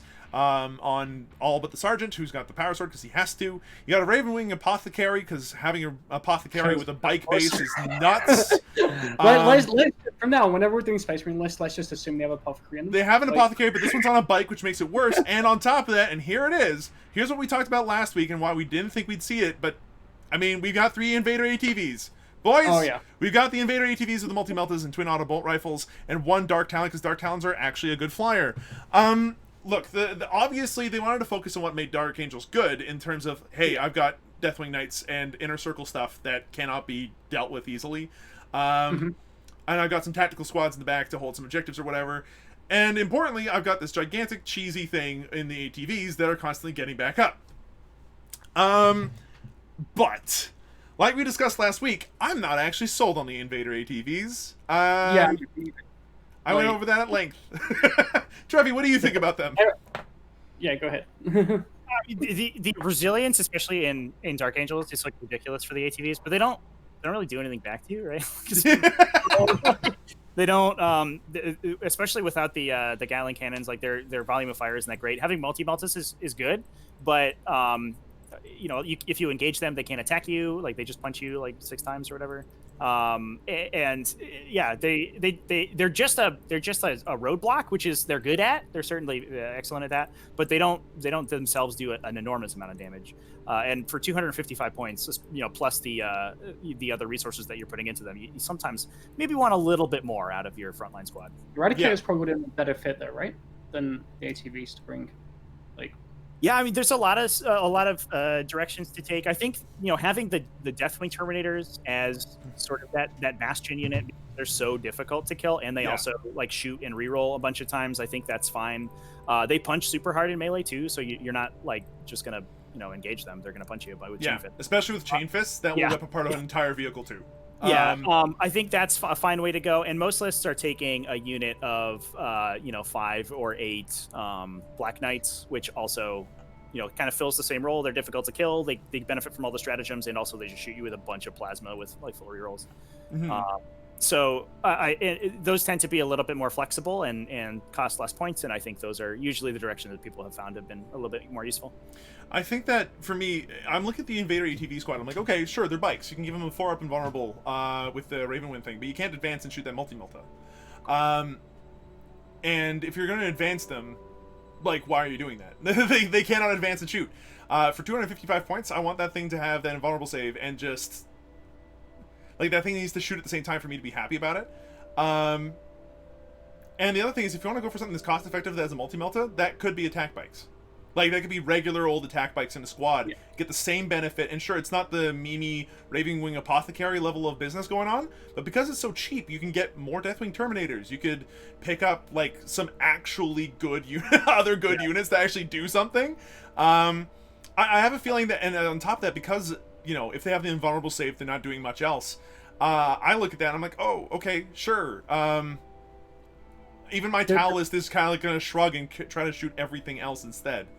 The thing I find with these Dark Angel lists is you have this big death ball, or deep strike ball with Terminators. If you're able to just remove like the 3 tactical squads like off objectives, now that might be difficult with like cover and LOS and such, but if you're able to remove like 1 or 2, all of a sudden they've got the midboard, and then that's it. And you can literally just dance around them and win on the primary because they're slow as well. Yeah, is the other thing. And it's kind of like my game plan now when I do come up against this sort of army is I just tend to ignore the Deathwing Knights. Like I can't kill them, so there's no point real trying. I'll just kill everything else. And yeah, sure, you can have that middle objective. I'm going to have like the 3-4 around the edges and in my deployment zone. I'm quite content with that.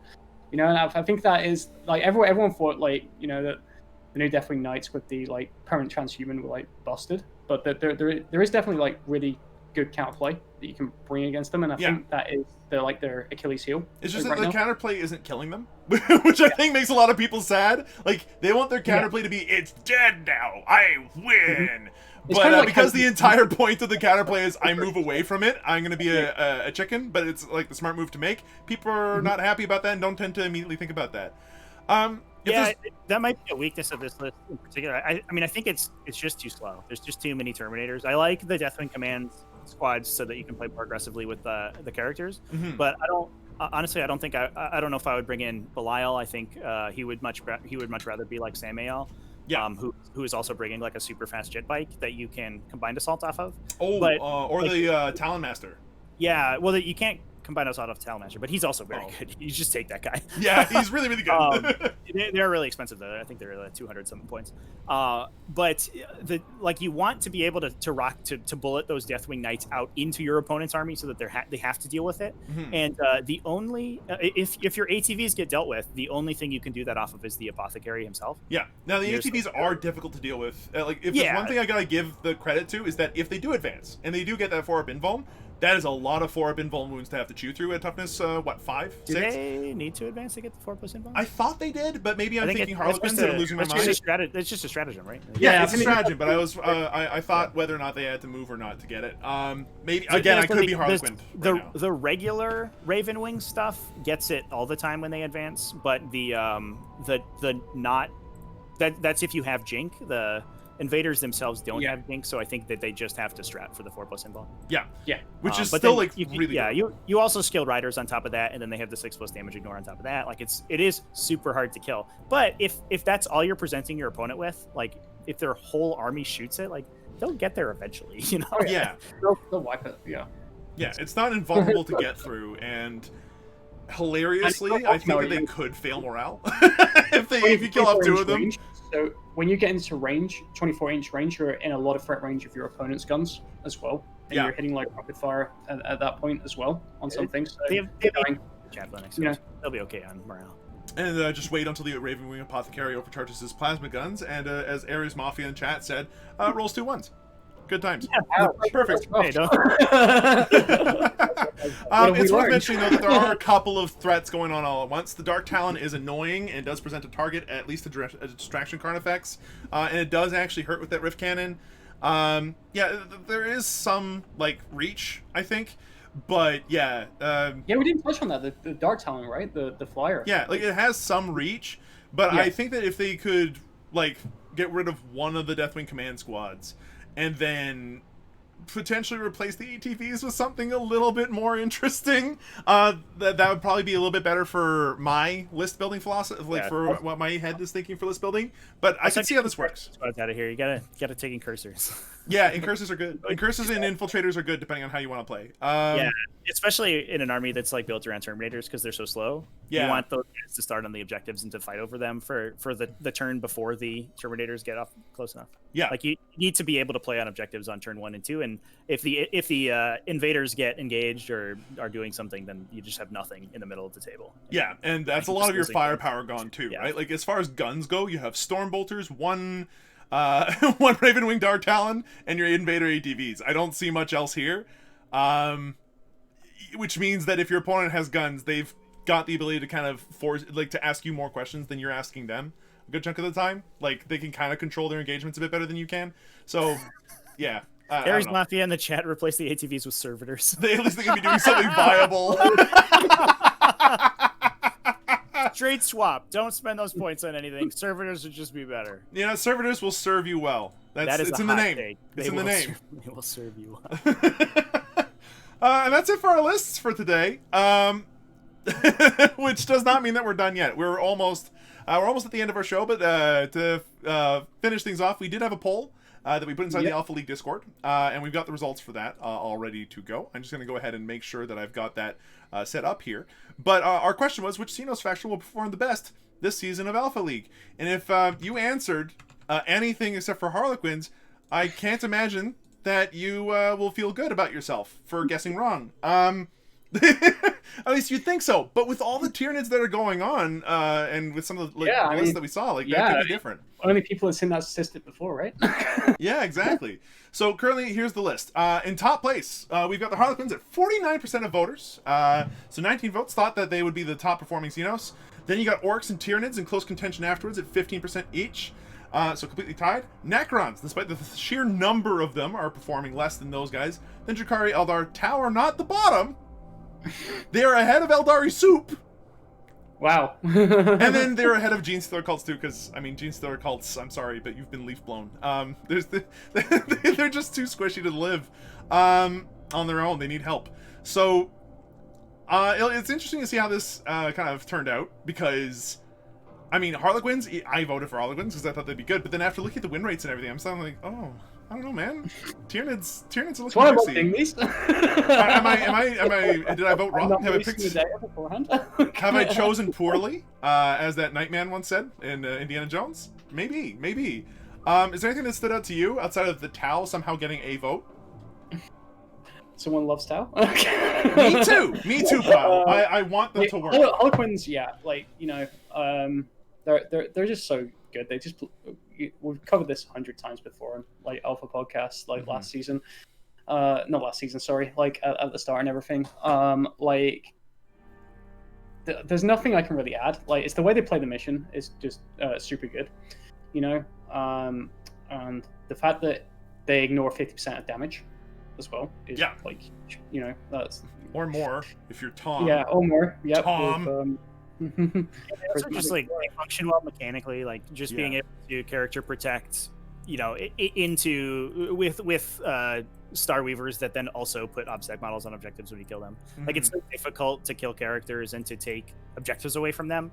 They even if they lose their whole army, like usually they've just stopped you from scoring for the entire game. That's the main thing to me, is that when you've played against Harlequins, they have kept you inside of your little box all game long for like the first 3, maybe 4 turns if they're lucky. And at that point, there's no way to catch up on primaries. Like, they've kept you locked in their box, and even if their entire army is gone, they've got more points than you, and more points than you'll ever have. And they can do that whether or not they're going first or second. And if they're going second, it's not so much they lock you in your box, so much as they break your spine, because they find the weakest part of your army and kill it. They just do that.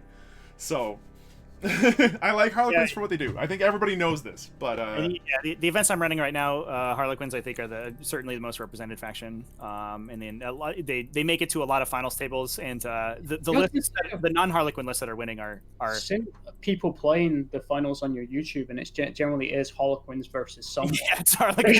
I think we tend to be pretty representative. I think of whatever's top in the meta at that time. In 8th edition, we for like a solid 2 weeks, every single game was Eldari versus Eldari armor versus Admech armor. oh god. Right at the end of the meta, right as DC factions got really good, like that was every game. And I think it's happening again for Harlequins. But the list, the interesting thing to see is that the lists that are the other lists that are facing them at the top of the meta game are just fine-tuned Harlequin killing machines. That have these, end up taking these bizarre sort of esoteric options that are specifically good into Harlequins to kill them. Yeah. And I think eventually that's going to be until the meta game shifts. That's going to be sort of the ultimate representation of the meta. Is going to be people teching to kill Harlequins, but yeah, they are super powerful. We'll have to see what Alpha League does though, because again, there's only like a few Harlequins players, and they're not like running away with it yet or anything. So we'll have to see. Finish top 6. I think Joko actually finished top 16 like last season. With Harlequins. Which is great. It's excellent. Yeah. But like, we've got Tyranids players that are running amok for some crazy reason, and Tyranids are actually reasonable against Harlequins just by sheer volume of attacks. And the fact that they have 0 vehicles, so Haywire does very little. Like Lotus Knights and indirect fire, yeah, like they actually have a good matchup there, and yeah, it'll be interesting to see what happens with that. But hey, there you have it. The community voted. They think Harlequins will be the best. We'll have to see with the rest of Alpha League Season 6. At this point, look, there's not much else to discuss about that, and we took some questions from the community, I believe. Yeah, and guys, post your questions in chat as well. Weirdly, the questions I had for the stream were all about the announcement that I made earlier about playoffs. And since then, there have been 0 questions. No one is confused. Saying, can I just ask questions like in the chat? And I said, yeah, sure, that's like fine too. Instead, we've had a lot of very interesting discussion and some digs at ATVs, but we do have some questions. So, Tervi, this one's for you. Can you elaborate on the Dreadnought Heavy Space Wolf lists doing well? So, sort of the general concept is that 4+ invulnerable saves are pretty good, aren't they? And so you can take potentially 6 Dreadnoughts in a Space Wolf list with 4+ invulnerable save on top of Duty Eternal and potentially a damage ignore roll on top of that. So it's a ridiculous amount of resilience. You can give most of it objective secured with Rights of War. And you can back it up with some reasonable guns. So even if your opponent, tries to stay back, like you're still a Space Marine army and you can just shoot at them a little bit. So it's just hyper resilient. It punches super hard. And if you do bring a more gunline oriented version, then Space Wolves can punish you engaging into it really hardcore. Yeah. Right now, I think a lot of the Space Wolves players that I've talked to and that in my playtesting as well, we're running Redemptor Dreadnoughts. I don't know if it's going to stay that way. Contemptors might be an interesting direction to go in because they have an invulnerable save against Meltaguns. But like all of that stuff, if you try to go in to stop them from shooting multi-meltas and plasma eradicators at you, then the entire army's gonna heroically intervene and kill you. So it's super difficult to engage into it. You can't really fight it on objectives, and it's really hyper resilient against most shooting. I think Haywire is like the one thing that can punch through the Wolf and Dreadnoughts, but even then, like you have Armor of Contempt potentially to keep them down, and also some of the Dreadnoughts have Smokescreen, which can make it a little bit difficult to get them. So yeah, just in general, they're just super solid, super durable units that can play in the center of the table super well. Yeah, and that all makes perfect sense. On top of the fact that, there's all the Space Marine stuff that allows them to turn into captains or lieutenants when you want to for a CP, which makes them horribly good at what they do because they're core still. Hitting wounds, yeah. And then most of are +1 to hit from Primaris Tech Marines, which is like a ridiculous profile, by the way. If anybody has been running Primaris Tech Marines, they're super good. Yeah, they're like, really, really good. Hey, you want an analysis? I did. Yeah, I did a video on Primaris Tech Marines. Yeah, They're yeah, they hit really hard for some reason. They're pretty durable, and then also just you want them to be up in the middle because you can give the entire army +1 attack with Warden of the Ancients. Yeah, it's just it's a cool synergy list, which is why I like it. But it's also just this like super bricky tanky list that will just roll right into the middle of the table and kill everything in there. Yeah, I mean, in terms of Redemptor Dreadnought, if you decide to bring one or two of those into a way better Smash Captain that still rerolls all of its own ones for a CP, like it is. Yeah. Not to mention the Dreadclaw ones with the actual 4-up invulnerable save and the axe and all that other stuff, but yeah, it's nutties. It's absolutely nutter butters. I really like it. It's cool. Yeah, really. I mean, the All-Star is like 4+ invulnerable save dreadnoughts. Like that's just I don't know why that exists, but it's sure insane. Does. Not to mention you have people like Bjorn or whatever who are characters, so you can't target them, that they still hit pretty Bjorn hard. can show up in there. I don't know if I like them quite so much because they don't have an invulnerable save. So if you get them in melee, they'll die. But I mean, Bjorn just being able to sit with the rest of your dreadnoughts and give them reroll ones to hit, and also himself shooting as well is pretty nice. I think the list, I'm still iterating on my version. I'm only a half dozen or so games in, but it wins almost every game. So yeah, I mean, if you couple that with the other things that the Space Wolves have going for them too, with like the fight last hat, like they're really good, like sagas and warlord traits and stuff like that. There's definitely a lot of play there. I like that list a lot. I'm scared of it. I'm very scared. Definitely one of the reasons it's so difficult to engage into is like that little idiot with the jump pack is just gonna like heroically intervene around the base of the dreadnought and stop you from attacking, and then you're gonna get punched by a dreadclaw and die and before you get to swing it. So it's like really a Judy shirt, but worse because it heroically intervenes from forever away. Right. I mean, you could also bring Judiciaries in that list. They compete for elite slots, which is a little bit tough, but you could just have both. You could make two things swing last. Oh, and you could give the Judiciary like Rights of Battle or something like that, just so that way it's sitting there giving all the dreadnoughts obsec. Yeah, for sure. Also, the Judiciary himself has obsec. He just run in there. Yeah, just okay. yeah. It's very a lot of matchups you don't really realize like how much people are relying on outnumbering you, especially if you think about Harlequins. Like a lot of their stuff that's on objectives are like Skyweavers, which are not themselves obsec, so you're just gonna one dreadnought stops your entire army from scoring for the most part. If they have that Rights of War aura. Yeah, it's really good. It's the thing that allows Space Marines to work. That allows them to work really well right now, especially if they decide to go for the full elite version. Like there's that one Black Templar list that we saw that was just a Vanguard detachment with Rights of War and had who knows how many like Blade Guard veterans and Terminators and all this other stuff that could just charge across the map and get at you with obsec. It was nuts. It was really cool. Yeah. And before somebody in chat calls me out, the Wolf and Dreadnoughts in the list do not get objective secured, but your Venerable Dreadnoughts will. That's a me problem. That's a me not knowing all my enemies properly problem. Sorry, folks, if I gave the wrong impression. I didn't mention that. If I didn't mention that, somebody would have called me out in a comment somewhere. Yeah, that's okay. It's a good thing that you're the smart one. That's why we have you here right now, Trevi. Good, I fooled them. All according to plan. And if that's, it seems like that's about it in terms of questions. It seems like we did a really good job of exhaustively talking about all of this, which is great. It means that we did our jobs. It's always good when there's no questions. It means you've probably done what you were meant to do. Or you talk so much that you've effectively filibustered them into shutting up. Yeah. Sorry, everyone. With that said, that's going to go ahead and draw our show to a close for today. So thank you everybody so much for tuning in. We really appreciate everybody listening. If you're listening to this on YouTube, be sure to give it a like and subscribe to the channel for more of this content. We do this every Sunday live on twitch.tv/slowwolf as well. If you want to go ahead and get announcements as to what's going on there, go to the Alpha League Discord so that we can get announcements from Arrowver when we go live with this podcast.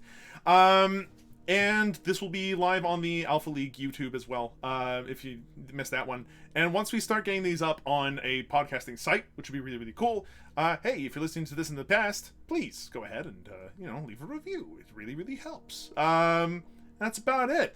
I'd like to go ahead and just say once again, Trevi, thank you so much for coming by and lending us yourself for the show today. It was a pleasure to have you on, and it was a lot of fun, at least for me.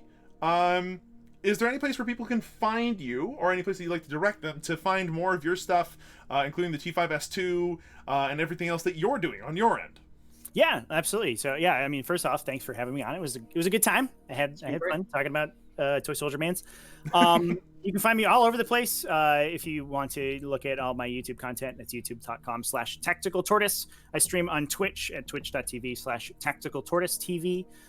If you want to, I have links to my my Discord server up there, but I also have all of the generally put all of the information for T5S2 on TTS40k.com. You can find the live standings there. There's links to the Discord channel and all of the events that we currently have running. Yeah, we play Tabletop Simulator 40k constantly, all the time. We launch like 3 tournaments a week. It's crazy. So we have just a huge, awesome community of people just constantly playing. So yeah, you can also follow me on Twitter. I'm at Trevi the Great, and I tweet a lot about 40k stuff too. So that's fun. And that's me. All right, excellent. And apparently we got another question, Arover, which I'm going to go ahead and just direct to you immediately. But Arover, can you go ahead and get people to know where they can contact you in terms of wanting to ask questions about the tournament or anything else? Discord is the number one place. I try to keep everything central and in one place because I do get a lot of stuff on a daily basis.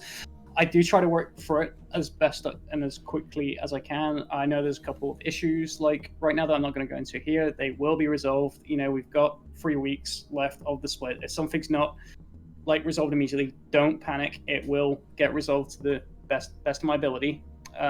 So don't worry about that. You're not being ignored. It's just that there's a lot going on at times, sometimes too much, and I get overwhelmed. But it will get answered. So don't worry about anything else like that. What Trevi was mentioning about channels and stuff like that, we're trying to grow CTS 40k community. Across various networks, Discords, and this, that, and the other. So I will have a look to get you, if you're wanting to, Trevi, get you into our affiliates channel on the server as well with your links for your stuff there. Great, sure. So I'll word with Malice about that later on tonight. But I don't think I'll have an issue with it. Okay, and I think there's one more question. Yeah, Obi John has a question which is interesting. It might be a bit too complicated to answer immediately. Go for it. Oh, well, I mean, unless you want me to read it out for you. Sorry.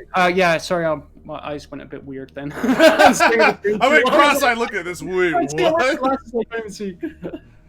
But yeah, the question is, will the T5S2 be combining with Alpha League? Now, as mentioned before, T5S2 is effectively an online IETC, so it's just aggregating results from a variety of different tournaments together. You can get into token and get things set up that way. I don't think that the league would make sense to, maybe, but that's not my decision at all. I'm just here as a bum. But it would be kind of cool to have it for our qualifying rounds, for the the finals rounds after all the league stuff has been done. One thing I love is that on TTS there's 100 different things going on at once, and I think it's great that Trevi's trying to centralize this place so people can find stuff to do, especially during the situation in the world with COVID and the rest of it. So it's because it's something to do with the server as a whole. It's actually out of my hands like that. I have to speak to someone above me. So I'll get back to you on that. It would be cool, but it's too complicated to answer right now, Obi John, and we appreciate the question. Thank you. Yeah, I would. I mean, I certainly would love to. I think it's definitely up to the Alpha League coordinators. But yeah, we accept results from wherever. So just hit me up. All right, and that does it. Thank you, everybody, so much for listening. We hope that you stay positive, stay COVID negative, stay healthy, and wear a mask. That's it. End of show. All right. Thanks, guys. Happy wargaming, folks. Yeah, happy wargaming.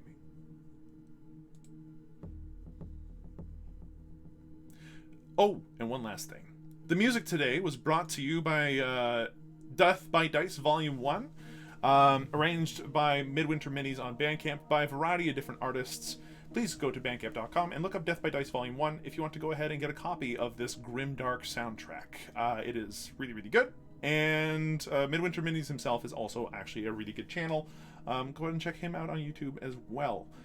Thanks again for watching, and we will see you folks next week around the same bat time, around the same bat channel.